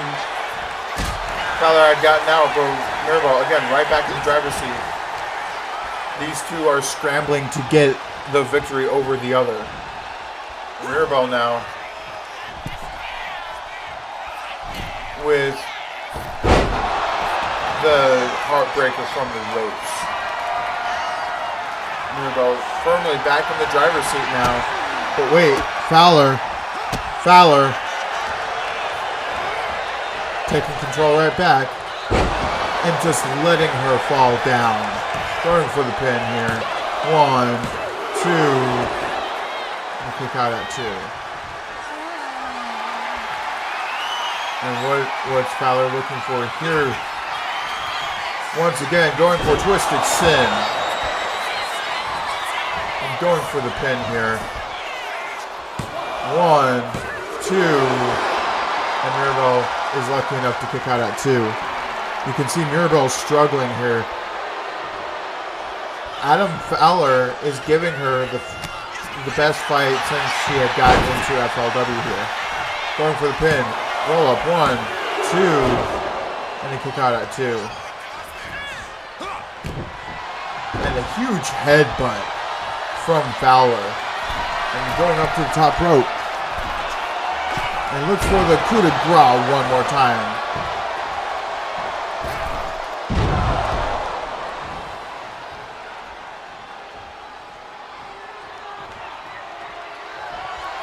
And now Fowler looking for that kick once again, but misses.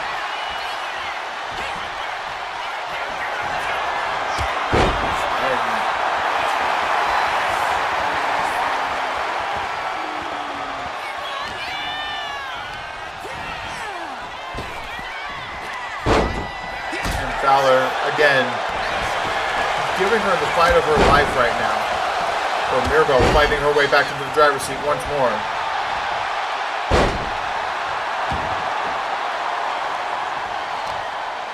And now, Mirabelle dragging Fowler to the center of the ring. Went for the heartbreaker again, but Fowler out of the way and just gets flattened with another clothesline. And what's Mirabelle looking for here? Slamming him into the turnbuckle.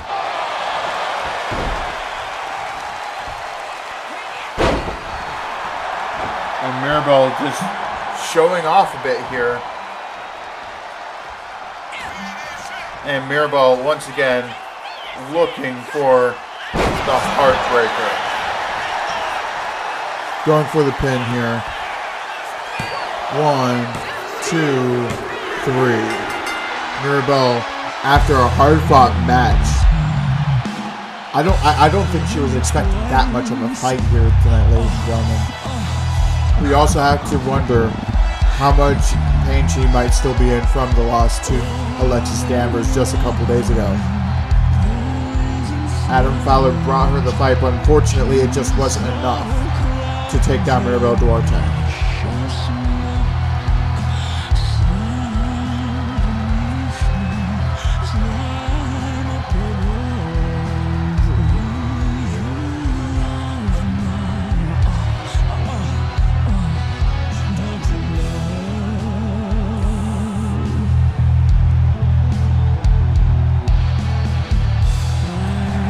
Mirabelle Duarte is your winner here, ladies and gentlemen.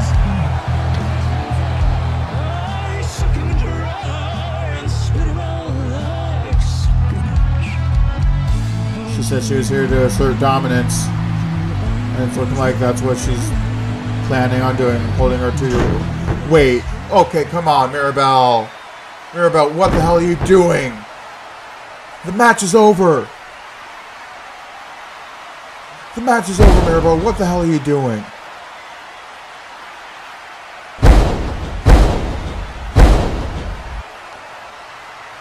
Mirabelle.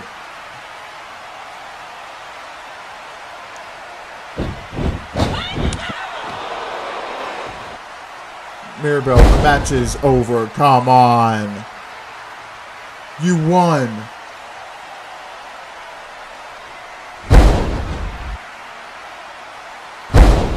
Mirabelle, stop this madness. Stop this nonsense. Wait, that's Piper Salizer. Piper Salizer, you're making the save for Adam Fowler. Someone she sees as a bit of an older brother, like they're close enough friends. That's how she sees him as. And an arm drag from Piper as Mirabelle gets out of the ring. I feel like things are far from over from Piper and Mirabelle.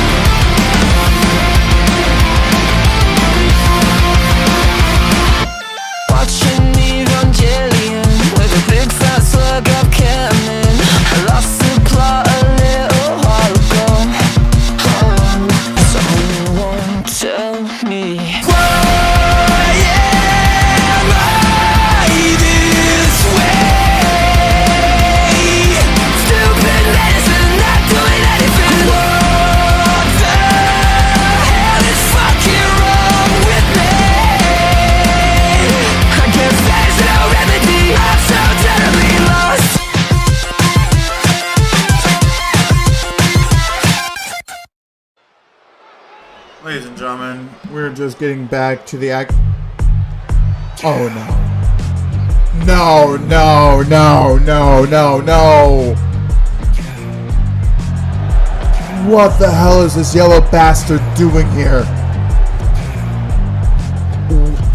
Oh no. What?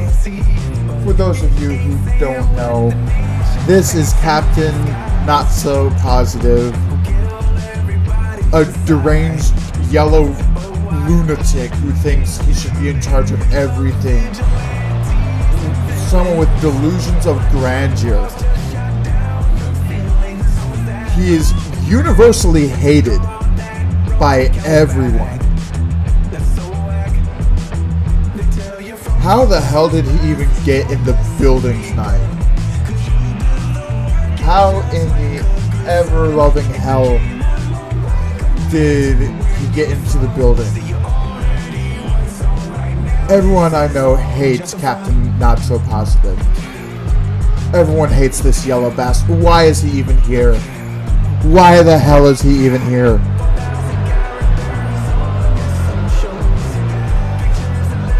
That's right, Dallas. Let him know. Let him know. He's not welcome here.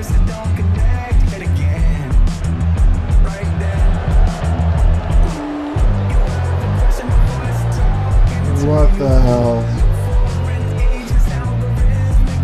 Why are you here? What the hell?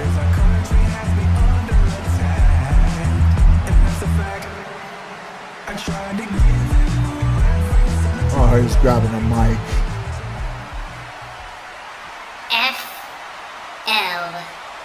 FLW.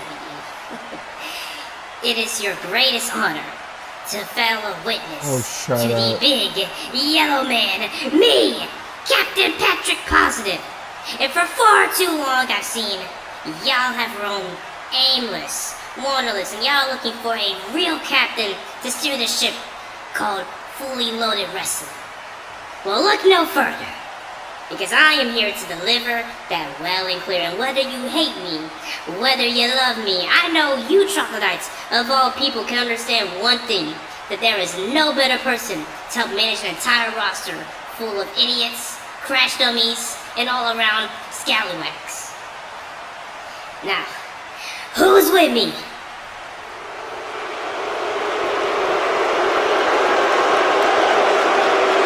Yeah, get out of here, Captain Positive. Fuck you!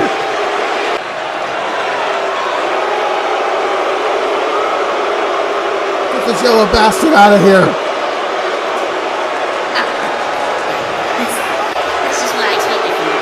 That's just what I expected! I expected that out of all of you. That's what I expected. You absolute buffoons. You absolute Neanderthals.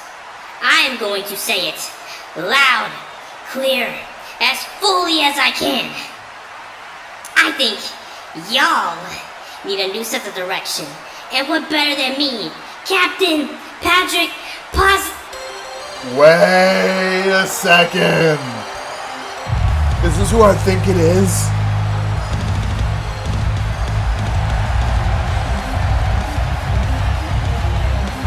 Is it? I think it is.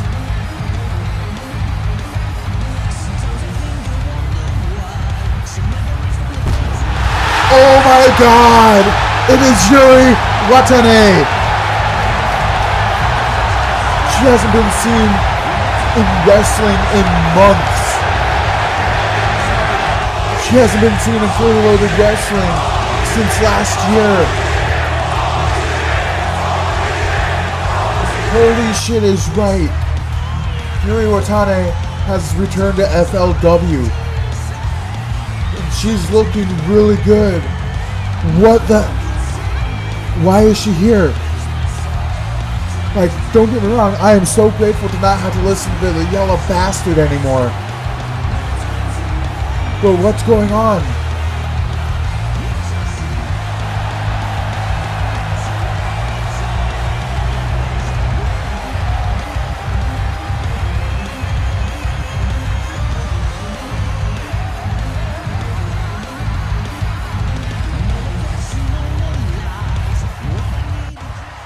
Greetings FLW! I do hope you're enjoying the show tonight. For those of you who do not know me, I am... Who are you? There's no way. Hello? I'm trying to make a speech to these idiots, then I'm gonna steer their shipment. If you would let me finish, sir. My name is Watanabe Yuri, and I am the general manager of FLW. And you are interrupting my show. You're the general manager. Okay. Well, give me your job. 一体何の話をしているんですか？ No, no, no, I'm serious. Give me your job because you're doing a terrible job. I hope you know that. Mr. Patrick, I will extend the courtesy of giving you one warning to leave my ring and arena, or I will have you forcibly removed from the building. Oh, if I don't get out of the building, you're gonna do what? You're not gonna do nothing. Do you know who I am? And what I will do to you? Just because I just came out of injury doesn't mean I can't put one foot up your ass, one down your throat, and leave you with broken teeth after I hit you with a broken smile. Now, do you really want to test me, of all people? I tell you what, since you want to be so calm with me, I'll give you the benefit of the doubt. I'm gonna ask you to leave. Very well. Since you have refused to comply, you force my hand. Or else what? You're not gonna do no. Oh what? my god! The voodoo child! Oh no! Ah! Evie Mack is making her way to the ring. The voodoo child, we heard from her earlier this evening, and actually her match is next. Her match is next. That's what Captain Positive was holding up. Captain Positive, better look out. Captain Positive should not have held up the show. And Yuri, the general manager of FLW, warned him.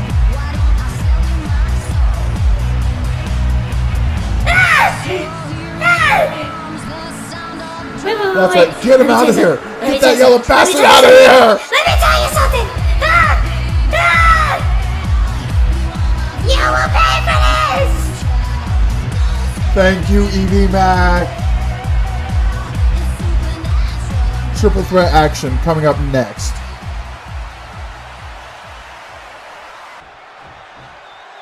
Alright, now that we've got that big yellow bastard out of the ring, it is time for our triple threat. It is time to crown the first ever FLW Open Weight Champion. As we see here, Gab Ashton making her entrance here, looking to make history here tonight at FLW. The same with Evie Mack. Now, both of these women have a common enemy in Spencer West. Now, this was originally supposed to be a singles match, but the reason why it's a triple threat match now is because on 2 episodes ago on FLW, the match between Evie and Gab, which was supposed to be the determining factor in who faced Spencer West, ended in a countout, a double countout. So the general manager, who is Yuri Watanabe, made the decision that all three would still get the chance to compete in a triple threat.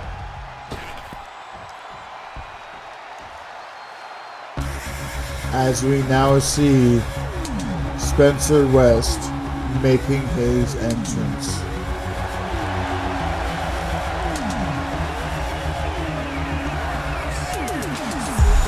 As we can see, Spencer rocking a bit of a Harley Quinn outfit here this evening.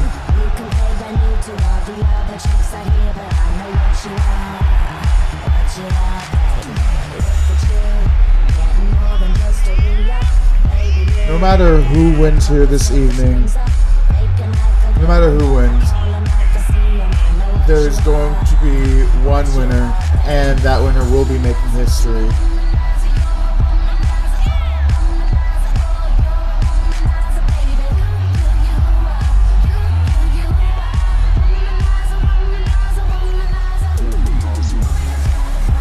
As Spencer West makes his way into the ring,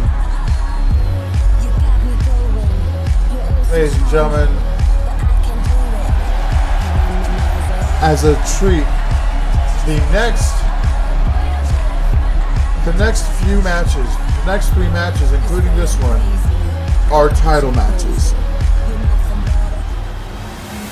There it is. The FLW Openweight Championship.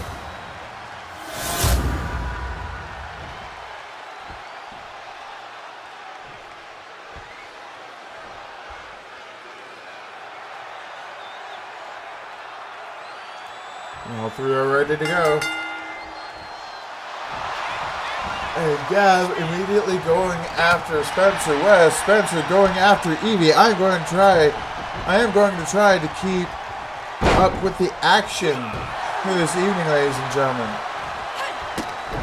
But as you all know, it is incredibly difficult with multi-person matches. So much can happen at the same time. But as we get started with the match, Evie Mack almost with the kendo stick to Gav Ashton. Gav Ashton taking it to Evie Mack. With Evie Mack up in the air. Falls behind Gav Ashton and hits a chop block. But wait, Spencer West right there, letting the two women duke it out. But now Spencer West with Evie Mack in his grips. Went for a suplex, goes for a roll-up Evie Mack, and Gav's right there to break up the pin.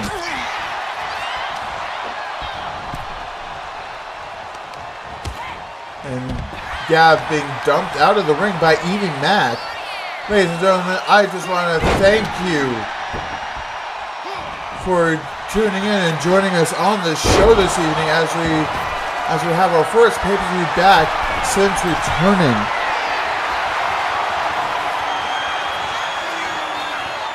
And Gav Ashton not caring about the safety of Spencer West as she brings in the kendo stick, knocking Spencer off of the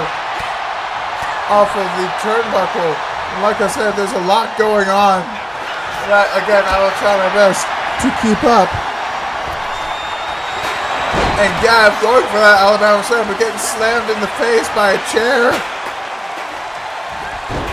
Evie looking to do some damage to Spencer West, but Spencer saw it coming.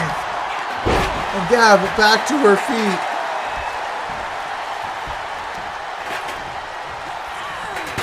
For those of you who are just joining us, thank you for stopping by. Again, Gav going for that Alabama slam, but Spencer not allowing it to happen.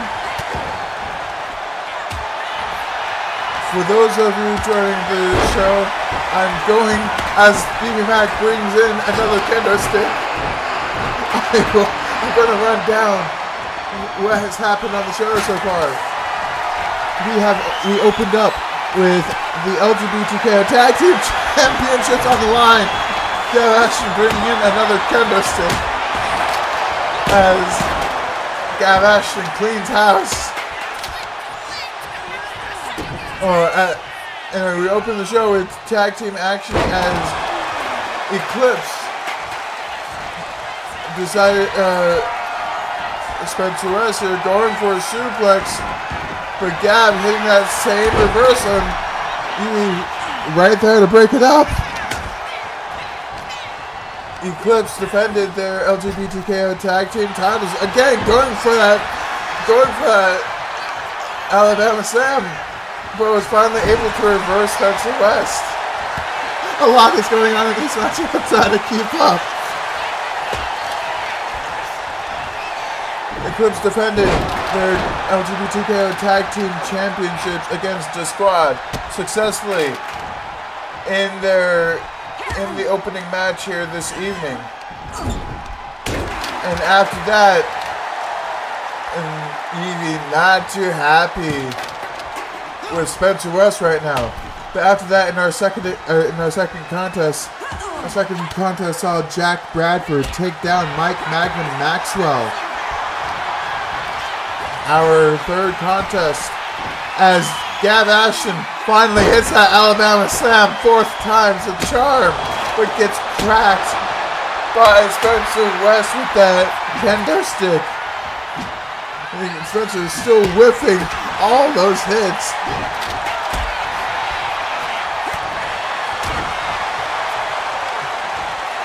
Where was I? All right, our third contest saw Sylvia Cabrera-Lauren prevail over Cassandra Blade. And then our fourth contest of the evening saw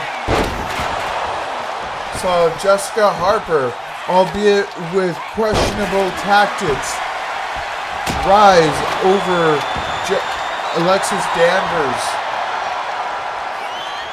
And after the match, Jack Bradford attacked Alexis Danvers in the middle of this ring, but was thwarted by Tara Monroe, making her first ever FLW appearance to save Alexis Danvers.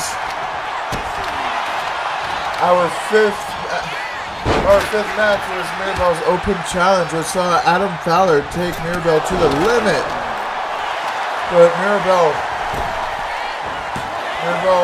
stood the test and prevailed. However, kept attacking Adam Fowler after the match, provoking Piper Salazar to come out for the save. And we finally found out the identity of our general manager, Yuri Watane, as she had to get Captain Not So Positive to leave the building. Now, a lot has happened while I was running down that card. A lot of kendo sticks in the ring, a lot of broken wood in the ring, and a lot of bodies. A huge dropkick from Gab Ashton.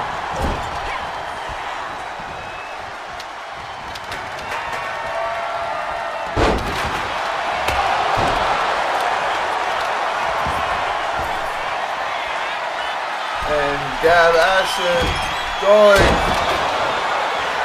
for the asteroid belt. Spencer West was right there to stop it though.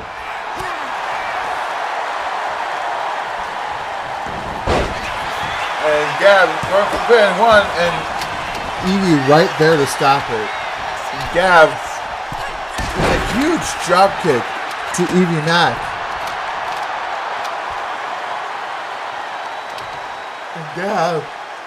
Gab, what's she looking for here?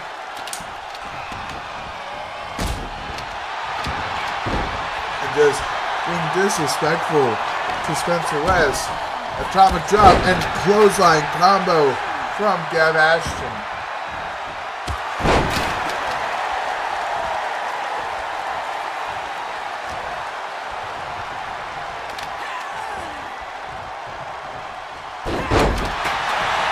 Evie now going for the cover here. One. Gab kicks out at one.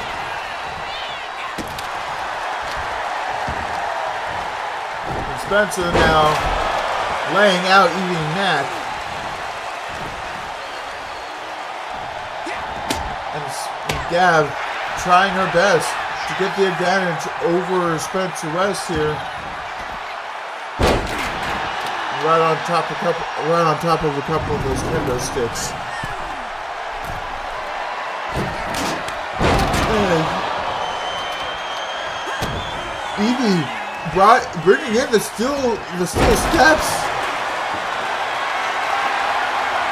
And Spencer West with the steel chair. And a huge shotgun drop kick from Gab Ashton. So much going on. So much carnage going on.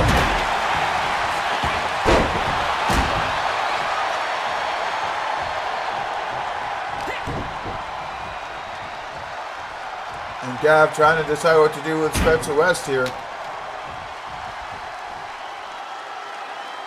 Evie Mack looking like she's tired of waiting there. Throwing Gab to the corner, but Spencer West right there.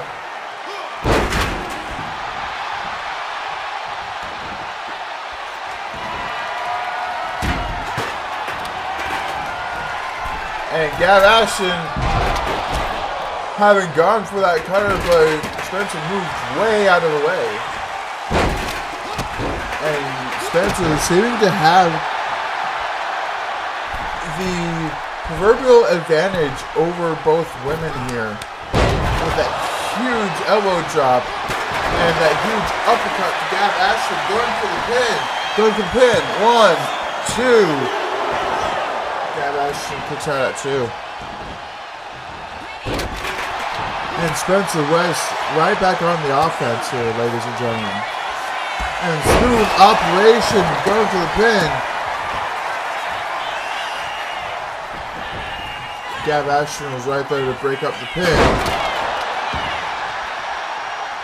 And Spencer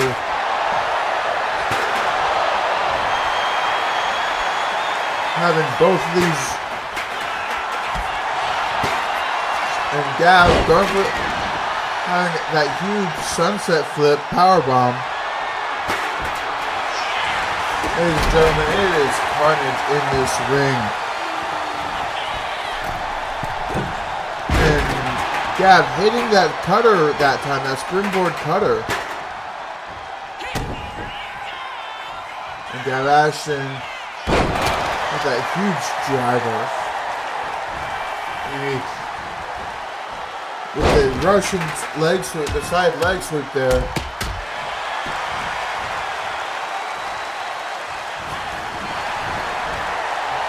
A sling blade from Spencer West. Again, this match is to determine the first ever FLW Openweight Champion.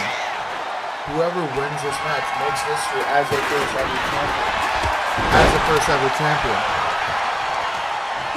Sometimes that's the most important thing that you can have on your resume. There will be many champions, right? But there will only be one first ever, one inaugural, and no one can ever take that away from you. Mac grabbing those stairs again, and Gav kind of showing off a bit, but gave Spencer West too much time.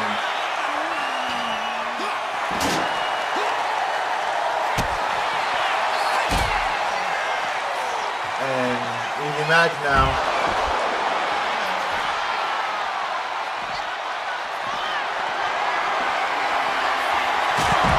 And Pele kick from Gav Ashton.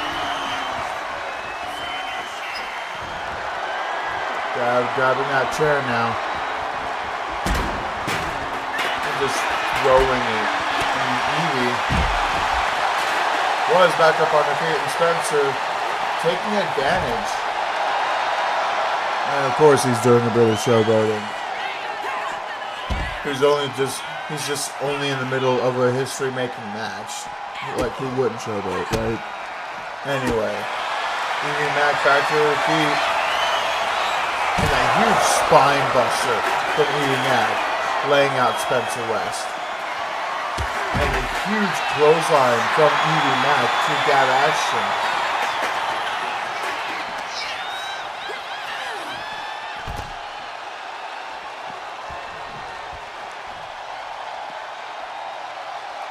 And Evie catching her breath a bit in the middle of the ring.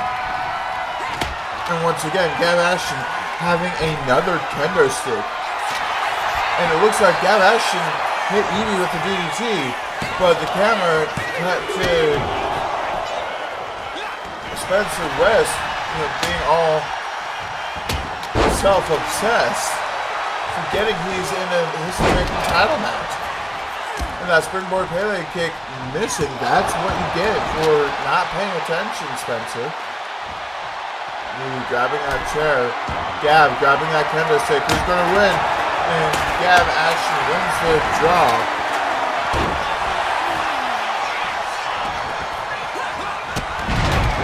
And a huge drop kick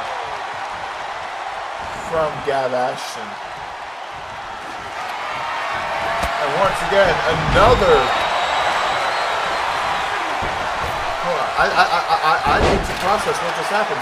Gav grabbed another kendo stick, and it looked like Evie Mac pounced on Spencer West, knocking him almost out of the ring. Knocking him almost completely out of the ring there. And Spencer West with that, getting hit with that driver by Gav. And Evie now with a side slam, that rotating side slam. And Spencer West with the flying closer.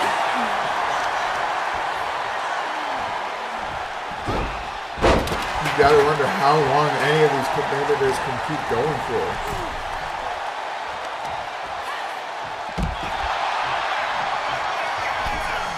And getting out of the way of that move from Gav.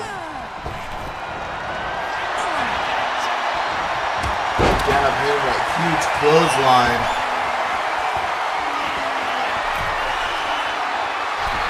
Gav now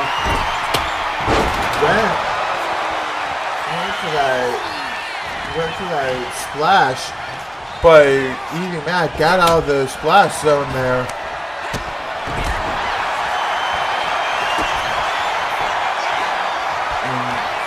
It's just the two women now who are standing up, and Spencer West getting up now as well. Spencer West trying his best to get back into the match, realizing that history might slip through his fingers.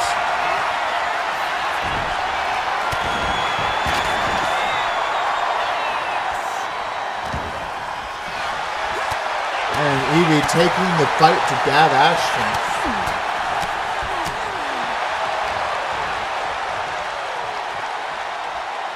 And now went for a double team, but Gav Ashton headbutt them together. Evie showing off incredible strength, but slipping behind is Spencer West. Now Spencer has the generous stick, but again, kept whipping it.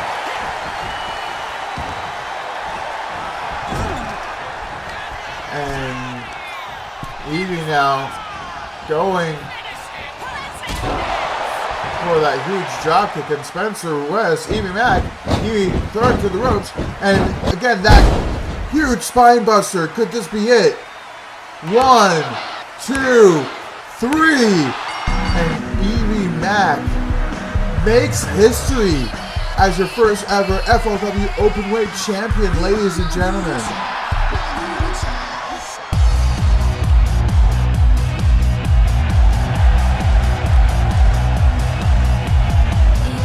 Ladies and gentlemen, here's your winner and your first ever, your inaugural FLW Openweight Champion.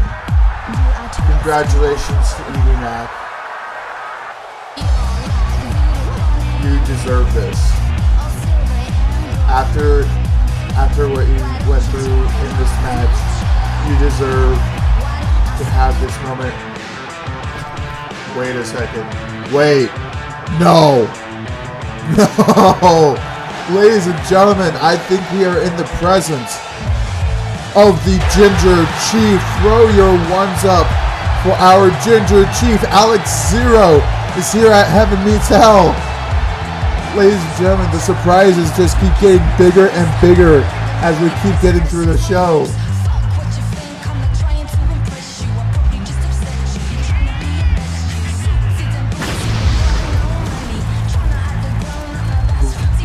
The Ginger Chief is in the building, ladies and gentlemen.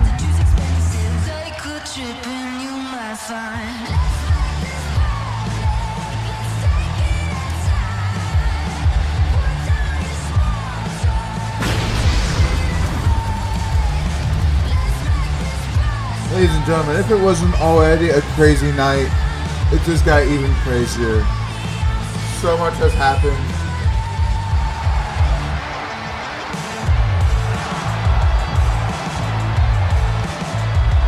It looks like we have a lot more to go.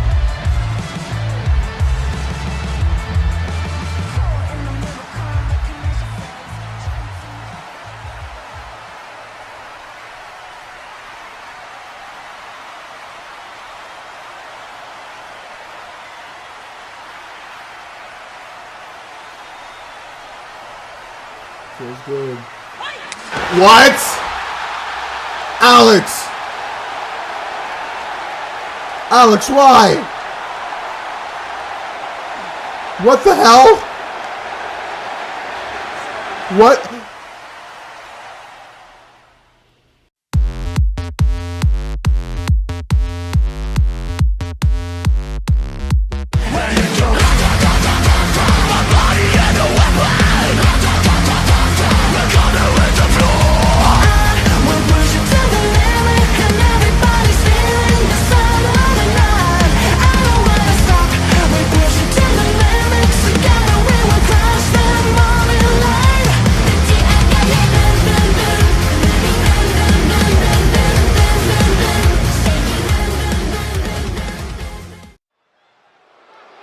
Ladies and gentlemen,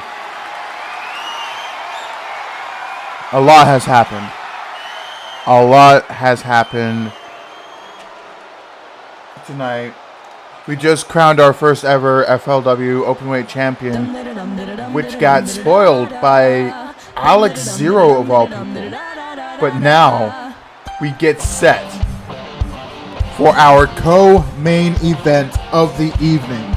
Ladies and gentlemen, it is time for Selena Adams to try and keep a promise to her mother that she will be world's champion at some point once again.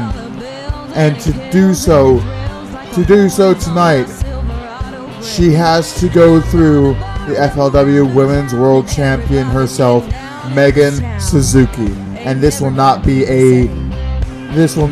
an easy task. This is a tall task ahead of Selena Adams. And ahead of a Matter of Pride Night 1, facing Kyle Noble in an exploding barbed wire death match. You gotta feel like there's a lot of pressure on Selena Adams' shoulders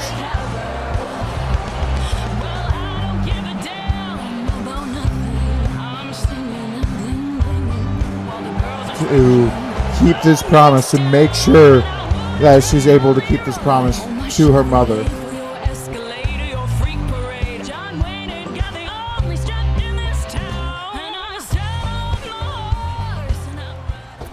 There you see Selena Adams. And here comes our FLW Women's World Champion, the Joshi Punk, Megan Suzuki. Ever since winning the title at Dawn of Champions last September,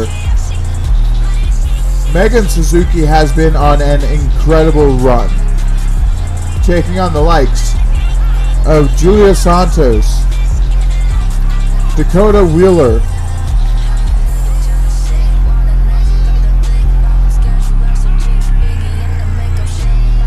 she has been a fighting champion. While this may be her first defense of the title since winning it, she has still fought on any chance that she has been able to get. Showing that just because she's champion doesn't mean she's taking any days off. And here we go. That's what it's all about, ladies and gentlemen. The FLW Women's World Champion.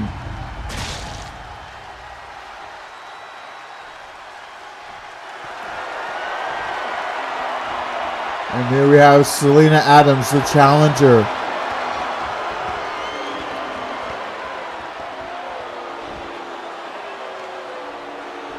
And we have Megan Suzuki, the Joshi Punk, the FLW Women's World Champion.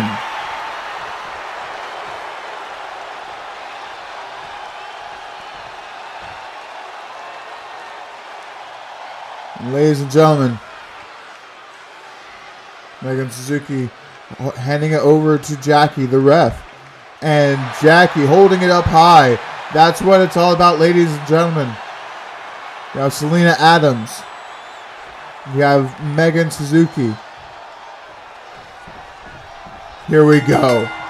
The first true test of Megan Suzuki's reign. And Selena Adams already on the offense here, ladies and gentlemen.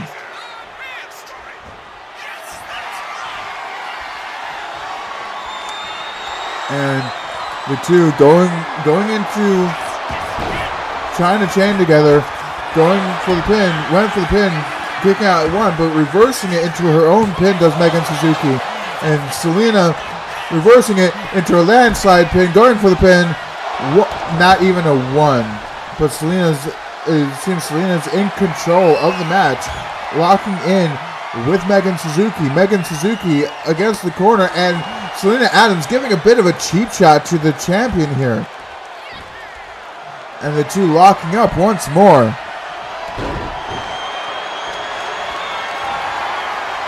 And Selena Adams showing immediately why she's going to be probably one of the first actual threats of Megan Suzuki's title reign.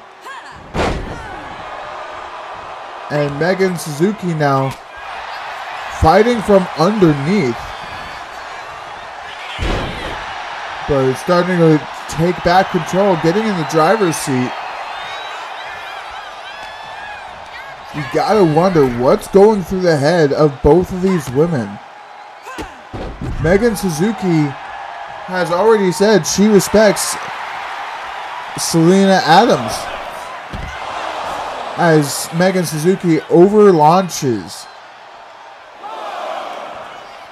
She's already said she respects Selena Adams and what she's trying to do, as she is able to send Selena careening into the turnbuckle post, taking the fight to Selena Adams. But Selena, you gotta figure there's a lot going on in that mind as both these women get onto the barricades here, ladies and gentlemen. I think this is the first time we've seen anybody fight on the barricades here in FLW. And this is a precarious situation for both of these women, trying to keep their balance. Ladies and gentlemen, who's going to get the upper hand? And Selena Adams is able to knock Megan Suzuki off and hit a senton. But Selena Adams, in the past few months alone, has already been through so much. A death match versus Eve Heron being something that comes to mind immediately. Taking on Amber Young in a fatal four-way for the Justice Women's World Championship in Empower against the likes of Amber Reed, Alex Zero, and B. Barrett. And then, as I said earlier, tomorrow she has a match, an exploding barbed wire death match against one Kyle Noble. You gotta wonder if she feels like the clock is running out for her to try and win this title, win one more World's Champion before she's not able to anymore. And Selena catching Megan with an uppercut. And Megan trying to fight back into it. These two are not giving each other any sort of an inch. And Snake Eyes into the turnbuckle. And Megan going for that drop kick. But Selena back on the offense, going for a drop kick of her own. And Selena now with that huge razor's edge.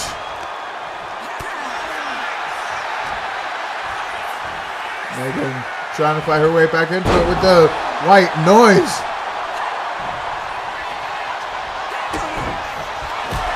And that huge spin kick to the side of Selena Adams' head. Looks like Megan is now firmly in control of this match.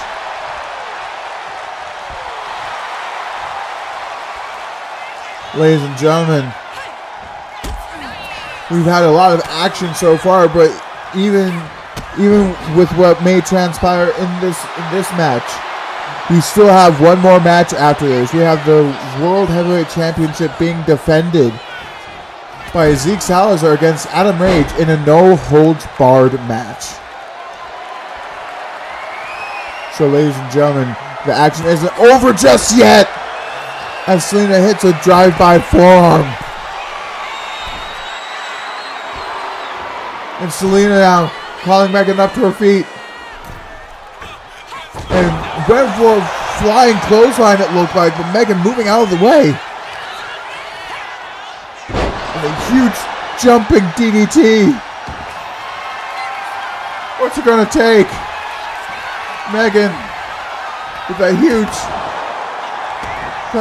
cyclone kick. What's Megan looking for here? Whatever it was, Selena had it scouted, slips behind and hits an inverted DDT.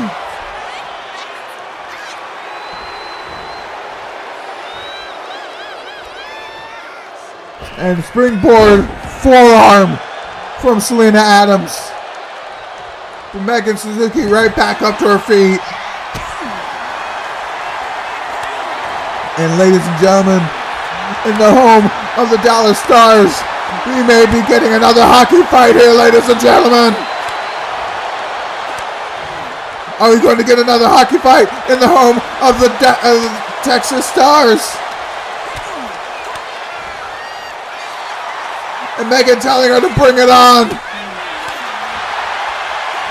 And Selena Adams bringing it to Megan Suzuki, but it doesn't look like we're getting a hockey fight, ladies and gentlemen. And a huge drop kick to Selena Adams. One. And a kick out at one from Selena Adams. And ladies and gentlemen, with an inverted DDT, Selena Adams, this seems to have been an even fight between these two women here. And that huge torpedo launching, Selena launching herself right into Megan Suzuki. And Selena now, we saw this against Leo Maverick. Selena Sunset. We could have a new champion, ladies and gentlemen. No, Megan fighting out of it. Megan fighting out of the Selena Sunset. And a huge drop kick from Megan Suzuki. Both women are down. Both women are down.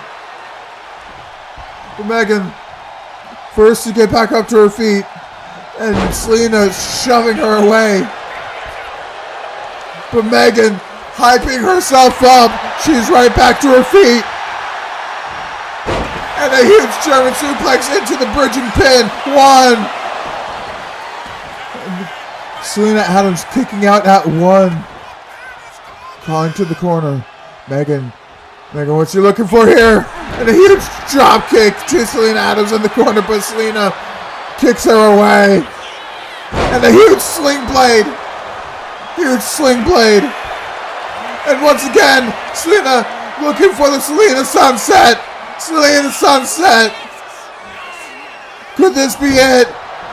No. Once again, Megan fighting out. Megan fighting out of the hole. And a huge drop kick. A huge drop kick. Flattens Selena and gives Megan the advantage with that huge power slam. And Megan calling Selena up to her feet. What she got in mind here? And whatever it was, Megan hit nothing but mat. And Selena with a huge crossbody into the corner.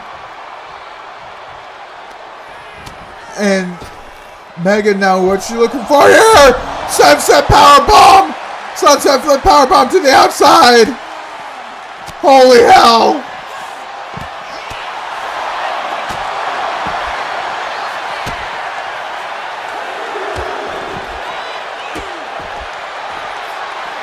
ladies and gentlemen, as the ref starts the count, you gotta wonder what's it gonna take to put either of these women away.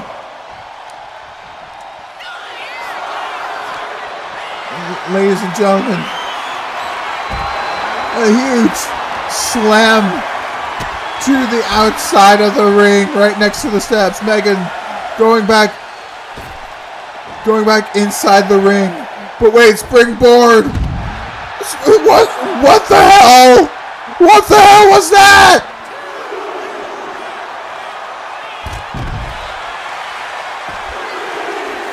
Megan Suzuki kicking it into full gear, ladies and gentlemen, but Selena throwing her into the steps. And Selena looking for the deadlift German suplex. Selena now trying to pull her up.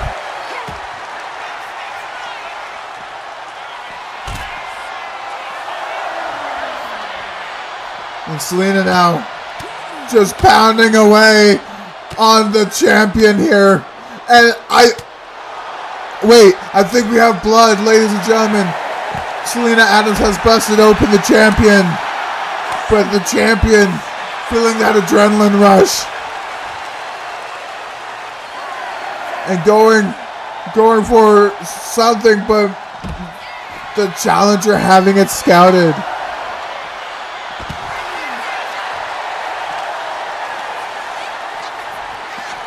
And neither of these women wanting to give either an inch. The ref up to a count of 13, but restarting the count with the sling blade to Megan Suzuki.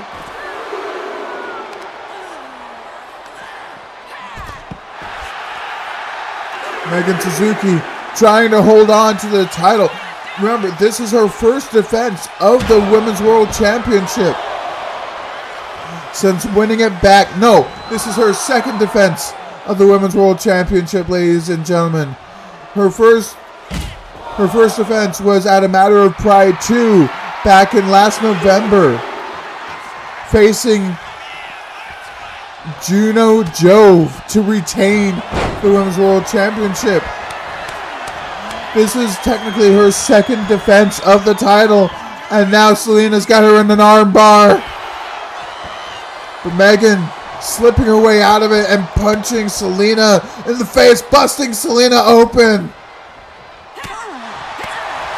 Ladies and gentlemen, the champ firmly in control. And Megan Suzuki now with that driver. Going for the pin. 1, 2. And Selena kicks out at 2. The challenger's still in this match.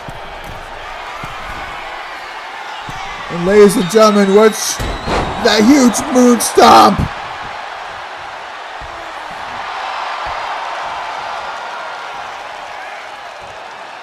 Selena Adams is worse for wear right now. She is going through an absolute war with the champion Megan Suzuki.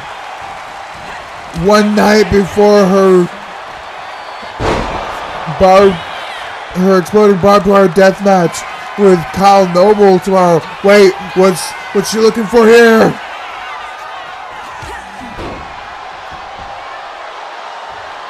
That torpedo, that deadly torpedo.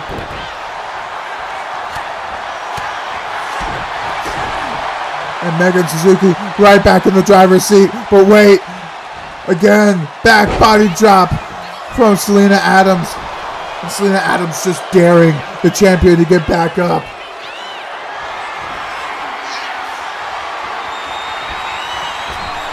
And dropping the champion neck first on the rope, on the top rope. And a huge drop kick. Ladies and gentlemen, with that huge elbow drop, this is anyone's match. This is still anyone's match, ladies and gentlemen.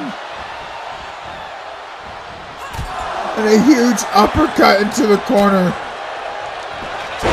And Selena Adams once again with those strikes, those open-handed palm strikes going into the armbar. Is this it for the champion? But wait, no, Megan Suzuki once again slips out, punching Selena Adams in the face. And that super kick from Selena Adams. Ladies and gentlemen, not that I doubt our world champion and his challenger tonight in our next match, but it's going to be extremely hard to follow up these two women right here. And a huge clubbing forearm to the back of Megan Suzuki. Went for that deadlift German again, but Megan saw it coming, slipped out for the back door. Ladies and gentlemen, it is going to be extremely hard to follow up these women right here. They are giving it all in this ring. They are leaving it all inside this ring here, ladies and gentlemen. And house call kick. Both women down. And Megan Suzuki crawling to the cover. 1, 2, and Selena just barely kicks out. You have to be wondering, if you're Megan Suzuki, you have to be wondering, what is it going to take to put away Selena Adams? And that huge kick into the jumping backstabber. Going for the pin. This has got to be it.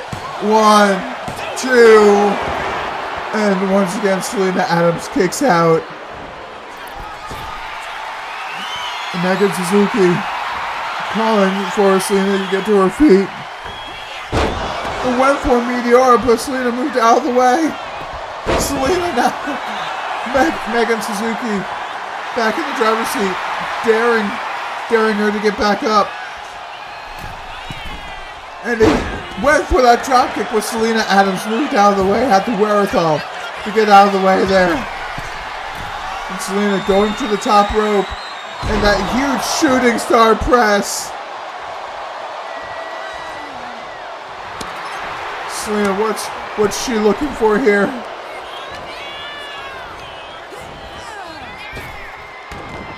Ducks under, jumps over, and hits a kick to the gut and a knee to the side of the body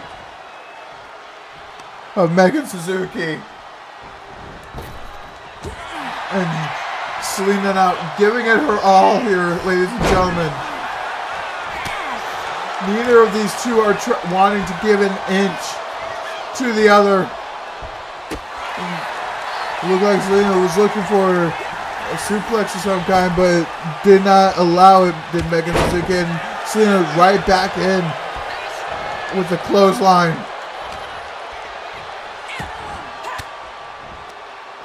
And Megan Suzuki fighting her way out of Selena's grasp. And Megan, the champion, on her feet once again. Ladies and gentlemen.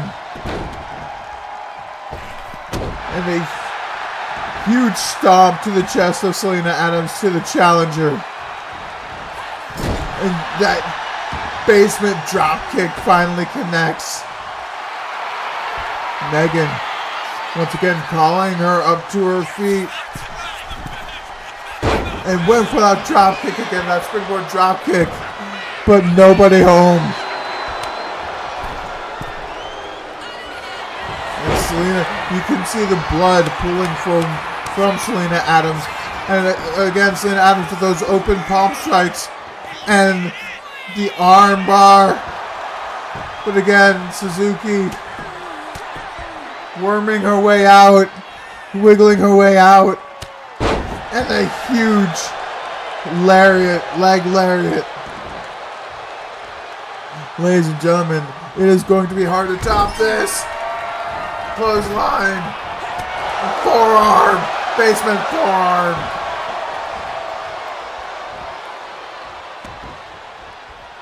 What Selena got in mind here, went for another basement forearm, but Megan was able to see it coming, just barely getting out of the way.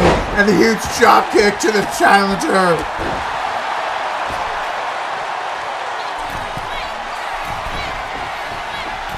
And now, what's Megan? That huge moon stomp going for the pin.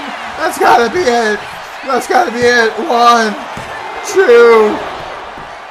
Selena Adams barely kicking out.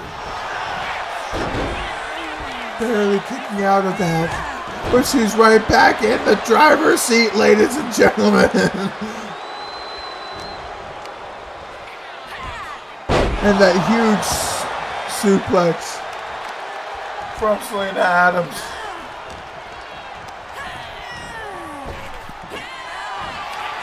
Selena Adams going through all of this.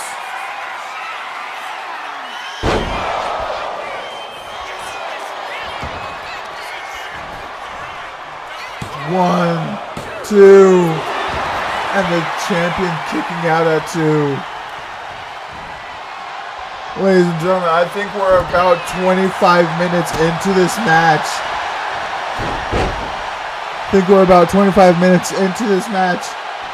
And both women are still going.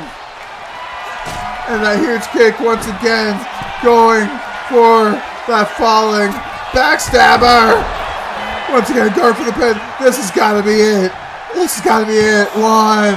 2, and again, Selena Adams. How is she still kicking out? And again, remember, folks, tomorrow night at A Matter of Pride 5, night 1, she takes on Kyle Noble in an exploding barbed wire death match. And she's still fighting on here, ladies and gentlemen.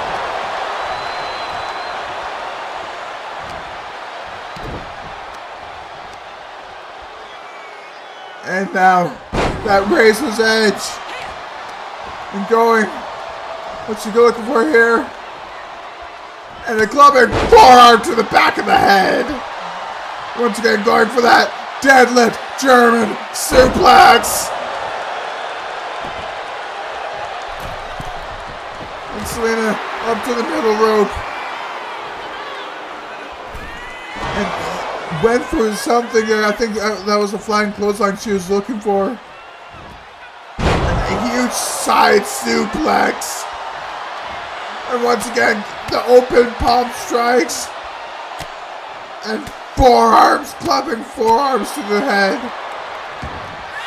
Selena wants this more than anything. Leaving it all out in that ring.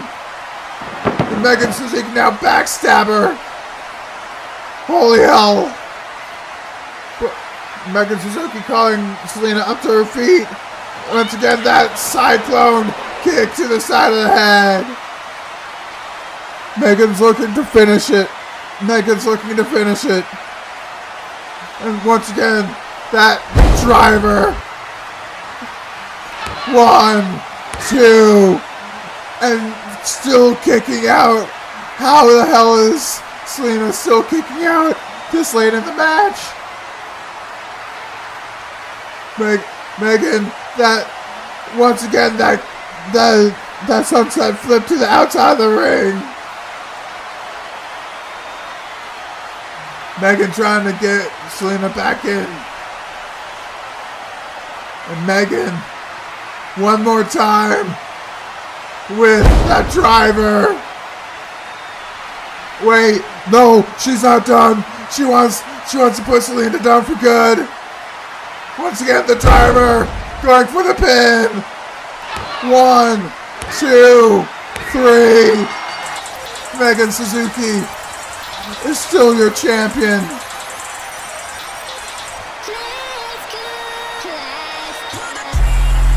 Megan Suzuki, after a war with Selena Adams,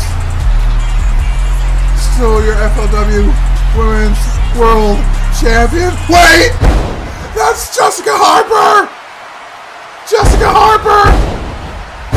She just had a grueling match with Alexis Danvers earlier this evening. What the hell is she doing out here? She's laying out the champion. Oh my god.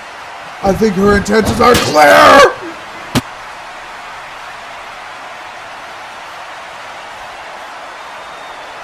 laying out Megan Suzuki and Selena Adams. Wait, Selena Adams trying to run in to make the save, but running right into the championship with Jessica Harper. And Jessica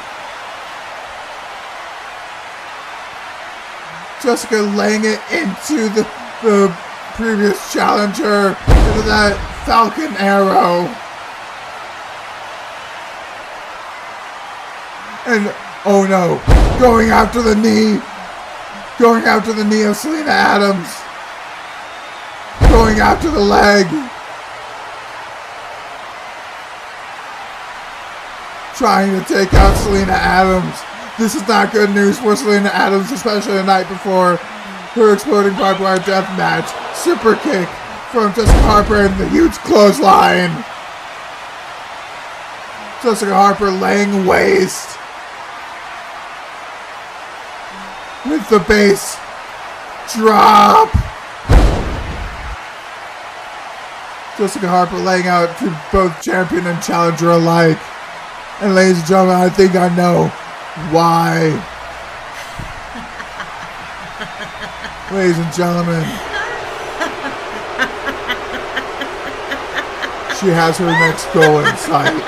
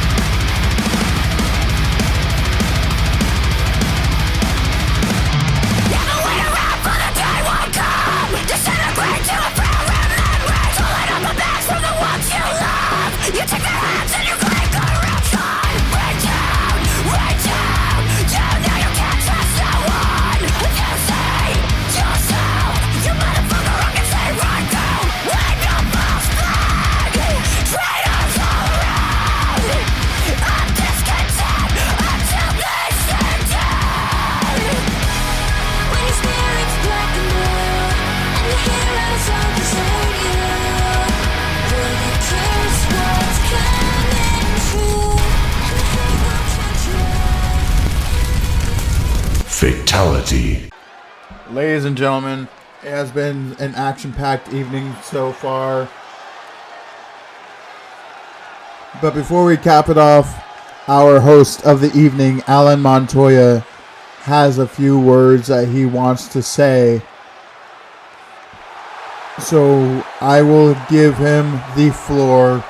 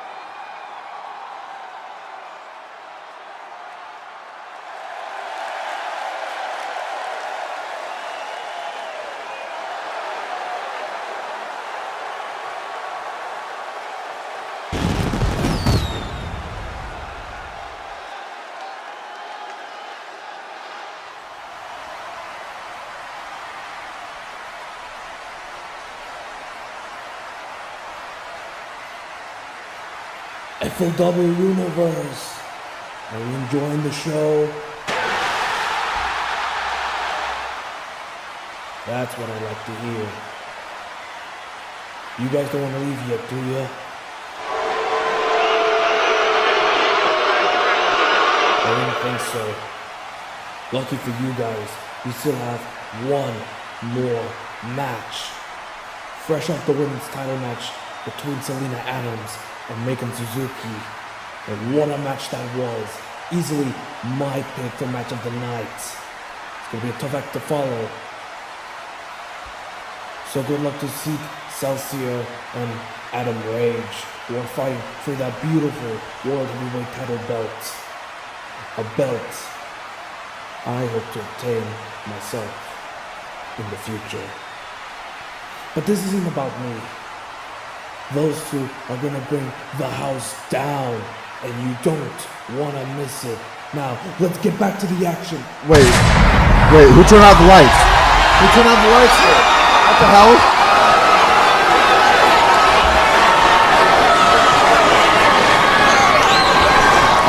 Are we serious? Alright, enough is enough. Whoever you are, this is getting ridiculous. The nut job from last FLW tried taking your bounty while I was filming. Or face it, bounty hunter, whoever you are. No one is gonna claim that bounty. And if you have the guts, show yourself right now. Wait! That's J.K. Loudon! That's J.K. Loudon! Unfortunately for you, Alan, I'm here to collect. J.K. Loudon, the bounty hunter, here to collect a bounty on Alan Montoya's head.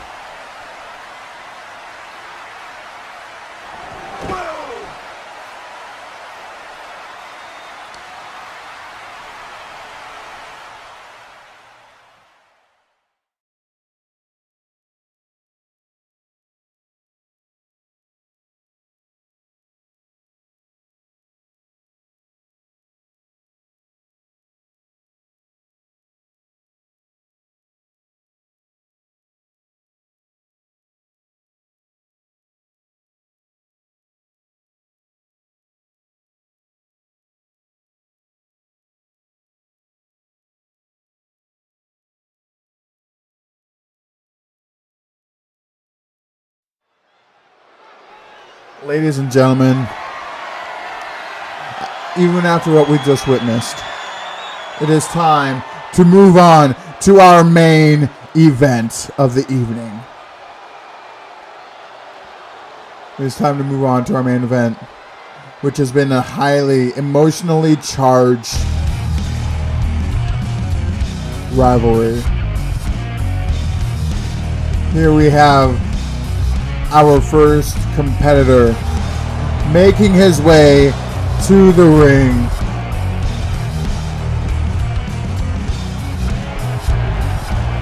Adam Rage. This all started a couple months ago when Adam Rage attacked both Zeke Salizer and Alexis Danvers in the main event of our return episode. Zeke Salizer did not mind the attack on him. It was the attack on his sister, Alexis Danvers, that he took issue with, and he gave Adam Rage an automatic title shot because he wanted to get his hands on Adam. And Adam, at every turn, has played mind games on Zeke.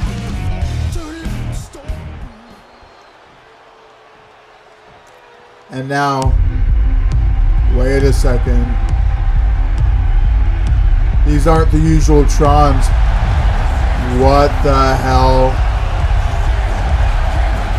Adam, what have you awakened?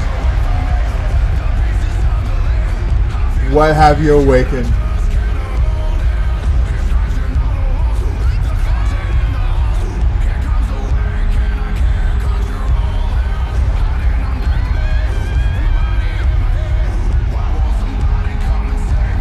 Adam Rage, you are in trouble, my good sir.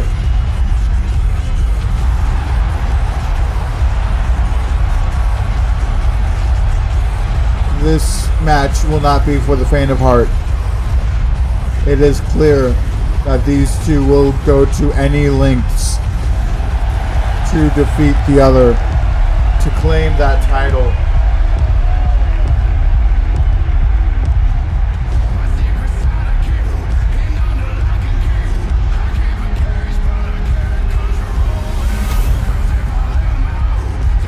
See what it's all about there, ladies and gentlemen.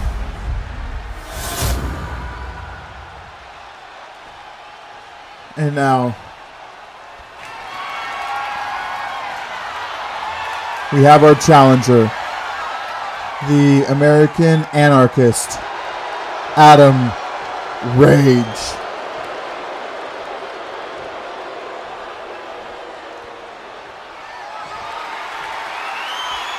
And we have our champion, the Rocky Mountain Monster, Zeke Salizer.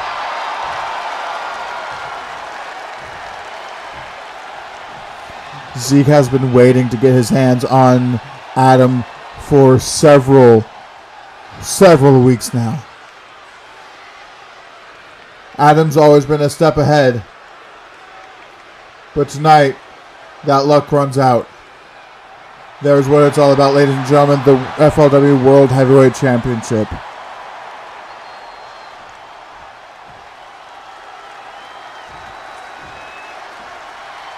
And now, and Zeke immediately going, oh my God. Adam realizing that didn't work and going right into the offensive. Doing his best at the very least. And Zeke finally getting his hands on Adam Rage. Lifting him up in the huge choke slam. Going for the pin already. 1. And Adam kicks out at 1. And Adam trying to chop down the big giant Zeke Salizer. And going for that suplex. And gets it flush.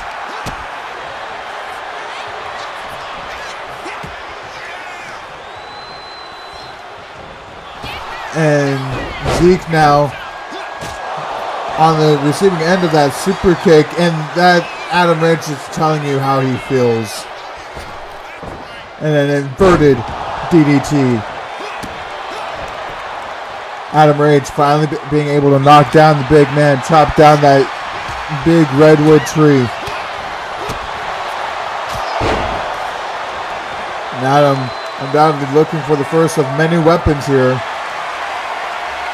And Adam grabbing that table from underneath. And Adam looking for a Dragon Sleeper here. Dragon Sleeper on Zeke Salizer. Stomping the back of Adam Rage. These two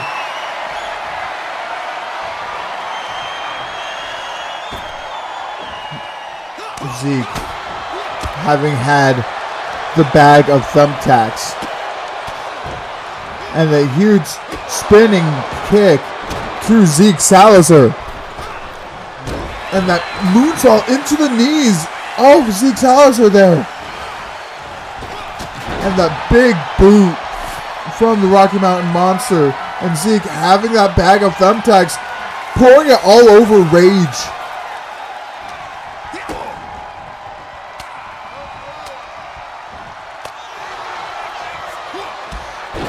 And like I said, ladies and gentlemen, this has been an emotionally charged match as Zeke falls in those thumbtacks himself, and Rage pulling out more tacks. Dumping the tacks out. And running power slam, I think just off of the tacks, but the ref won. And Rage kicking out at 1. Ladies and gentlemen, like I said, this has been an emotionally charged rivalry. Zeke has been waiting to get his hands on Adam Rage ever since the first episode back of FLW. Adam Rage has been taunting Zeke Salizer for weeks. For weeks now. Going as far as calling him a coward.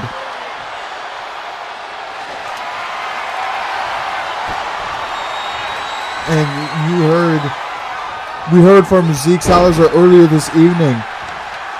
Zeke said that he's willing to do what it takes to keep his title, but he knows as Adam falls into those tacks after the clothesline.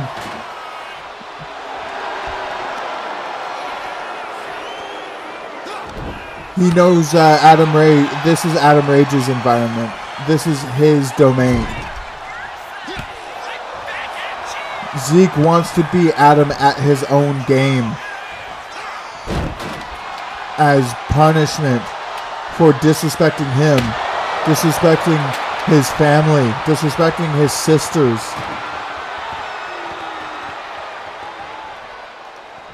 We mentioned earlier that Alexis Danvers got her own measure of vindication against Mirabel Duarte just a couple days ago.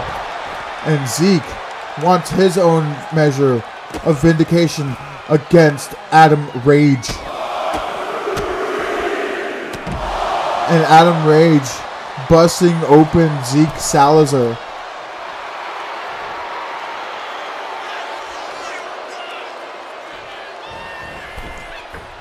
And Rage now.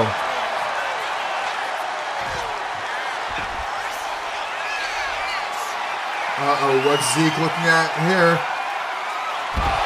Run and flipping deadlift dominator.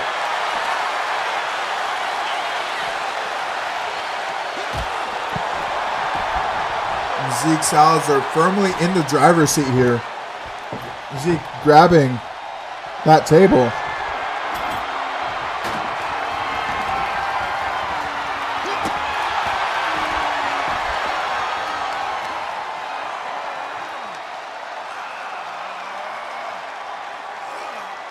And what Zeke cranking the neck of Zeke cranking the neck of Adam Rage. Zeke walking around the ring a bit, going to grab a weapon and gets. Is that a wrench? Is that a freaking wrench? I think Adam sensed it. Adam taunting Zeke again. And takes him out with a huge forearm. Once again, Adam Rage showing Zeke and the crowd what he thinks of them.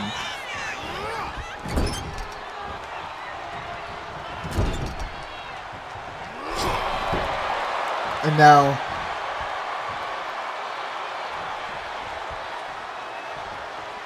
Adam, backstabber. And once again, and dumping him onto the tacks. Adam Rage really does not want to be here. He does not like Zeke Salizer. He does not like these fans. All he wants is the title. And after all these weeks of taunting and torment and insults and disrespect, if he were to win the title here this evening, it would be the ultimate sign of disrespect.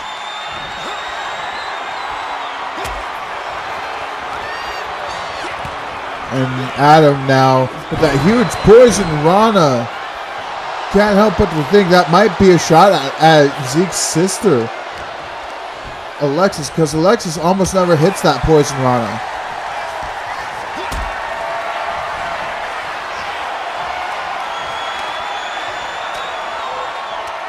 And Adam now fighting his way out, but Zeke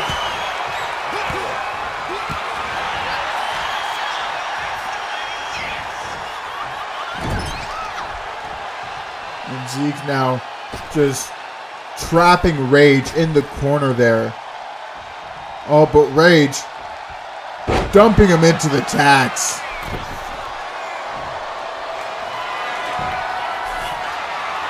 Rage getting more thumbtacks.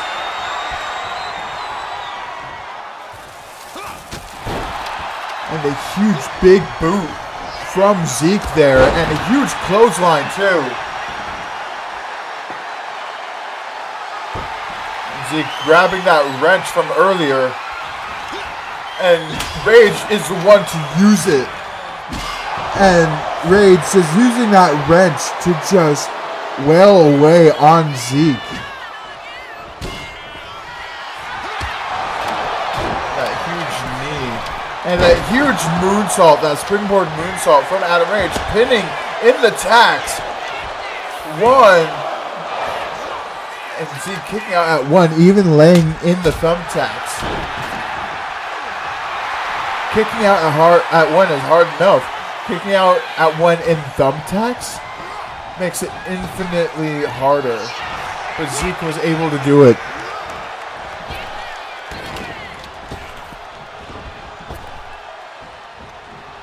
And a huge clothesline from Zeke Salizer.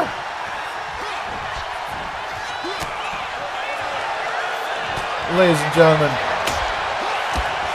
for those of you who are just joining us, this is our main event of the evening. It is Zeke Salizer taking on Adam Rage in a no-holds-barred match for the FLW World Heavyweight Championship, as Zeke kicked out at 1. But those tacks doing a number on his body.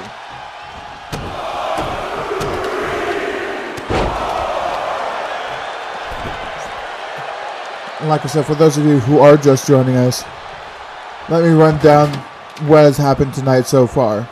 In our opening contest, we saw Eclipse defend their LGBTKO Tag Team Championships in a successful manner as Zeke hits the Death Valley Driver and picking up that kendo stick. But they were successful in their defense against the squad as Zeke pouring out even more thumbtacks. But now, and Salazar, Claymore, Zeke pinning 1, 2. Rage somehow kicks out at 2. However, Eclipse successfully defended their titles against the squad. In our second contest, saw Jack Bradford put away Mike Magnum Maxwell after weeks of animosity between the two of them.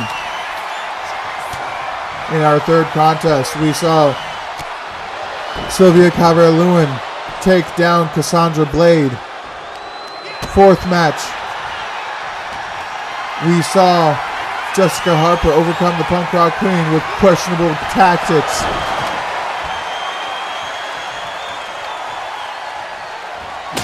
And then after that, Jack Bradford attacked Alexis Danvers, but with Tara Monroe making her first ever FLW appearance to save Alexis Danvers.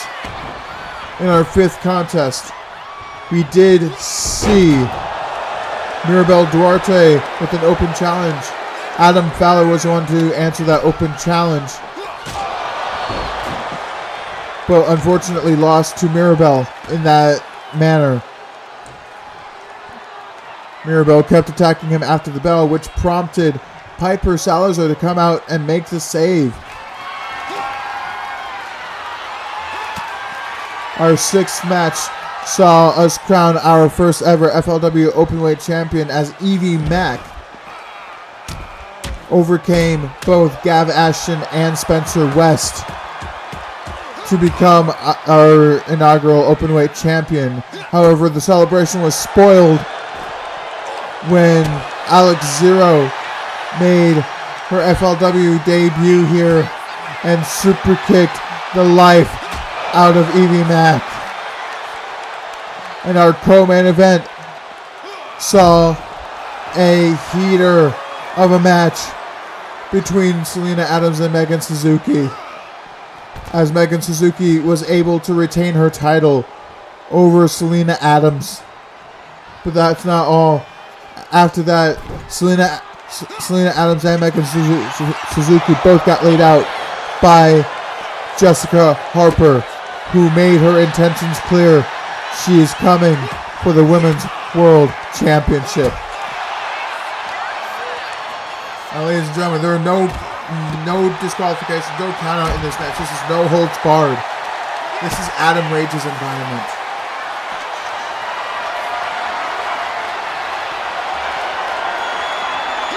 And dropped on the apron. What's Zeke looking for here? Is that a light tube? And just smashing the light tube on Adam. And you could just see just how much of a toll this match has taken on Zeke. Look how bruised and bloody he is. Dumping out more of those tacks.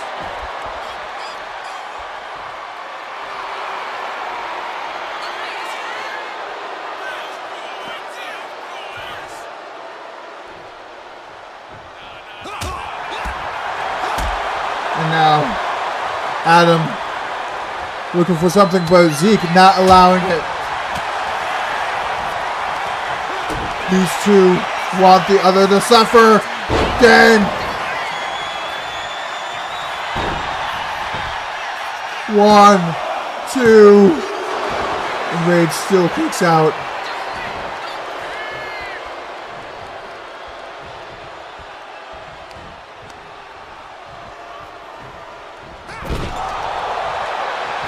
Zeke.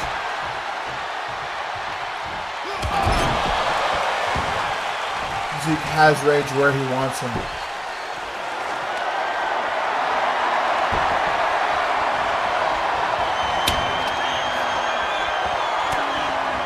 And these two going back and forth. Wait. Death Valley Driver on the tacks. At first on the tacks. Going for the pin. 1, 2, and Adam somehow kicks out at 2 still. And throwing with that dragon screw. Zeke into the tags, followed by a whisper in the wind. This is what this title means to both of them. Last episode of FLW, is he dumping those on the floor? Last episode of FLW, we heard Adam Rage he said he was willing to do anything it took to get the win. As we have a barbed wire bat in play now.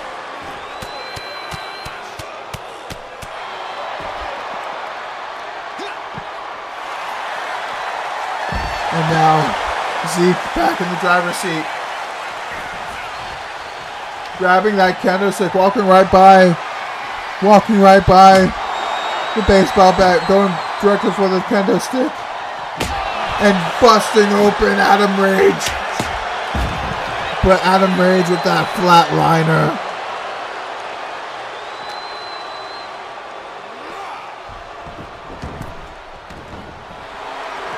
Rage, feeling the energy. He thinks that victory is upon him. But that huge Salizer Claymore out of nowhere. 1, 2. And Rage barely kicking out.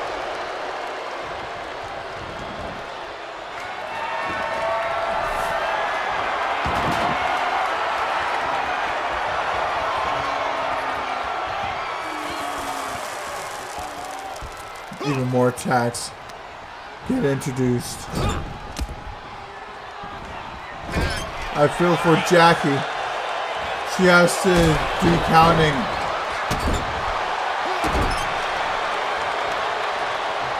And Rage now in the driver's seat. Backstabber. One more time. Dumping him onto the tacks. Ladies and gentlemen, went for the H-bomb, but Zeke said no.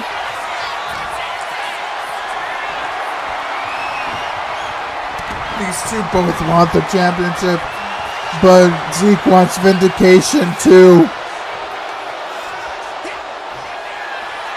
And a huge clothesline. What's Zeke looking for here?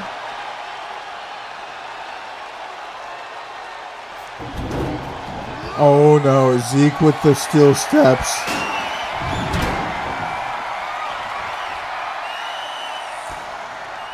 And Rage with that, once again, that spin kick.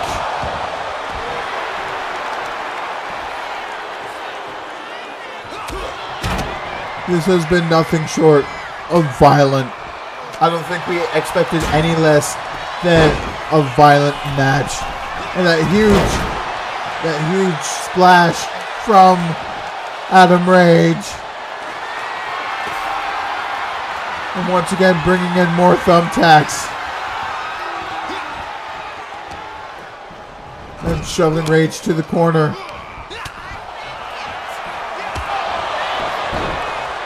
And Rage looks to finally maybe end it.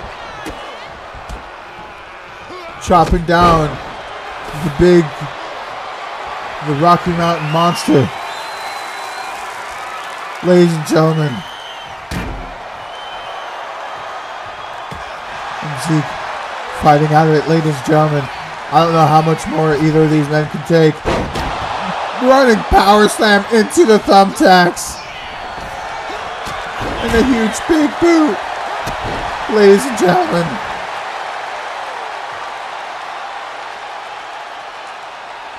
Ladies and gentlemen, I don't know how much more either of these men can take. I don't know how much more my voice can take. Even more thumbtacks.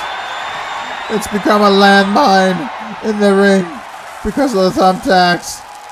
And a huge springboard dropkick knocking down the Rocky Mountain Monster, Zeke Salizer.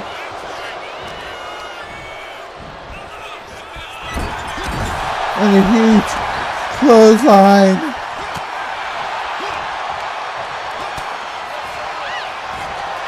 And Adam trying to get a roll up. One. No. Zeke. In the tax using his weight. 1, 2, 3.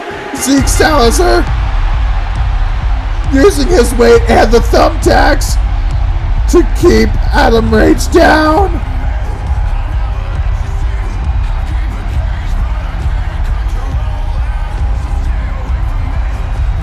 After a brutal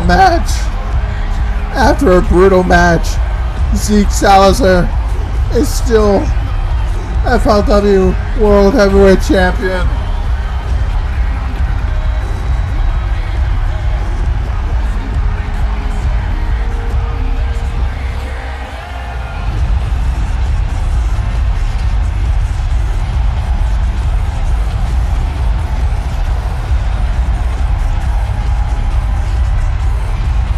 Ladies and gentlemen,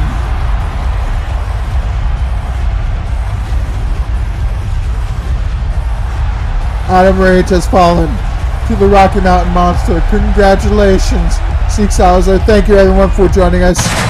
Wait, what? Hold on. Hey, can someone pay the light bill, please?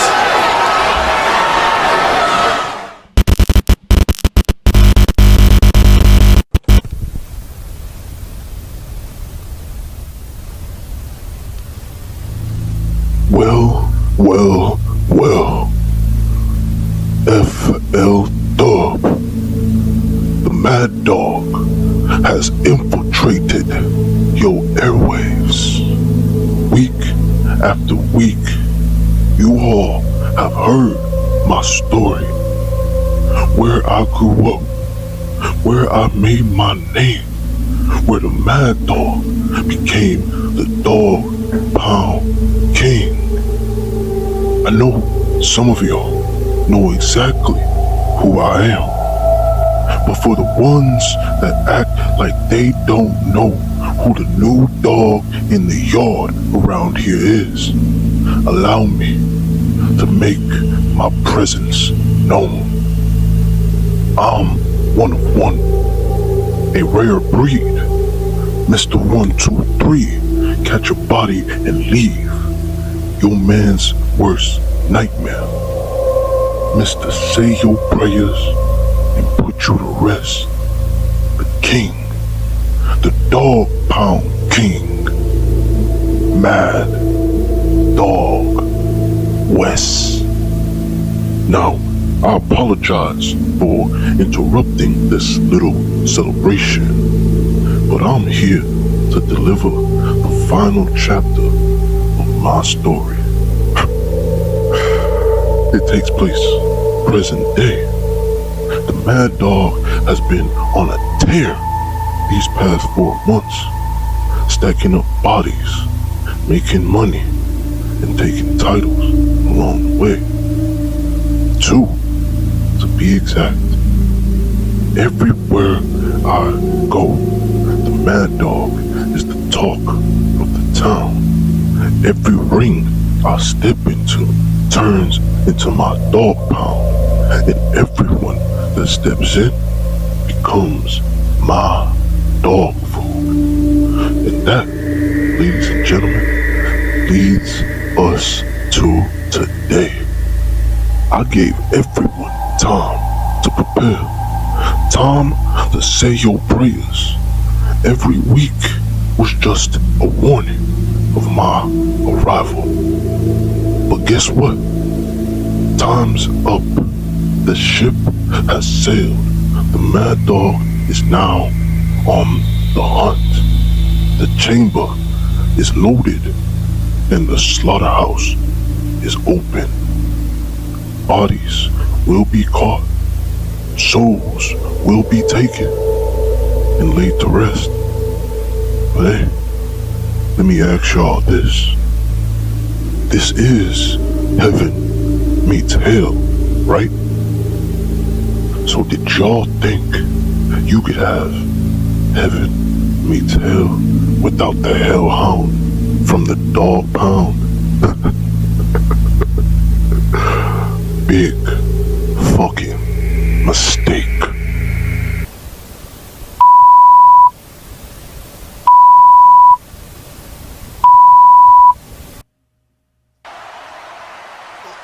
Ladies and gentlemen, we've been seeing these vignettes for weeks now.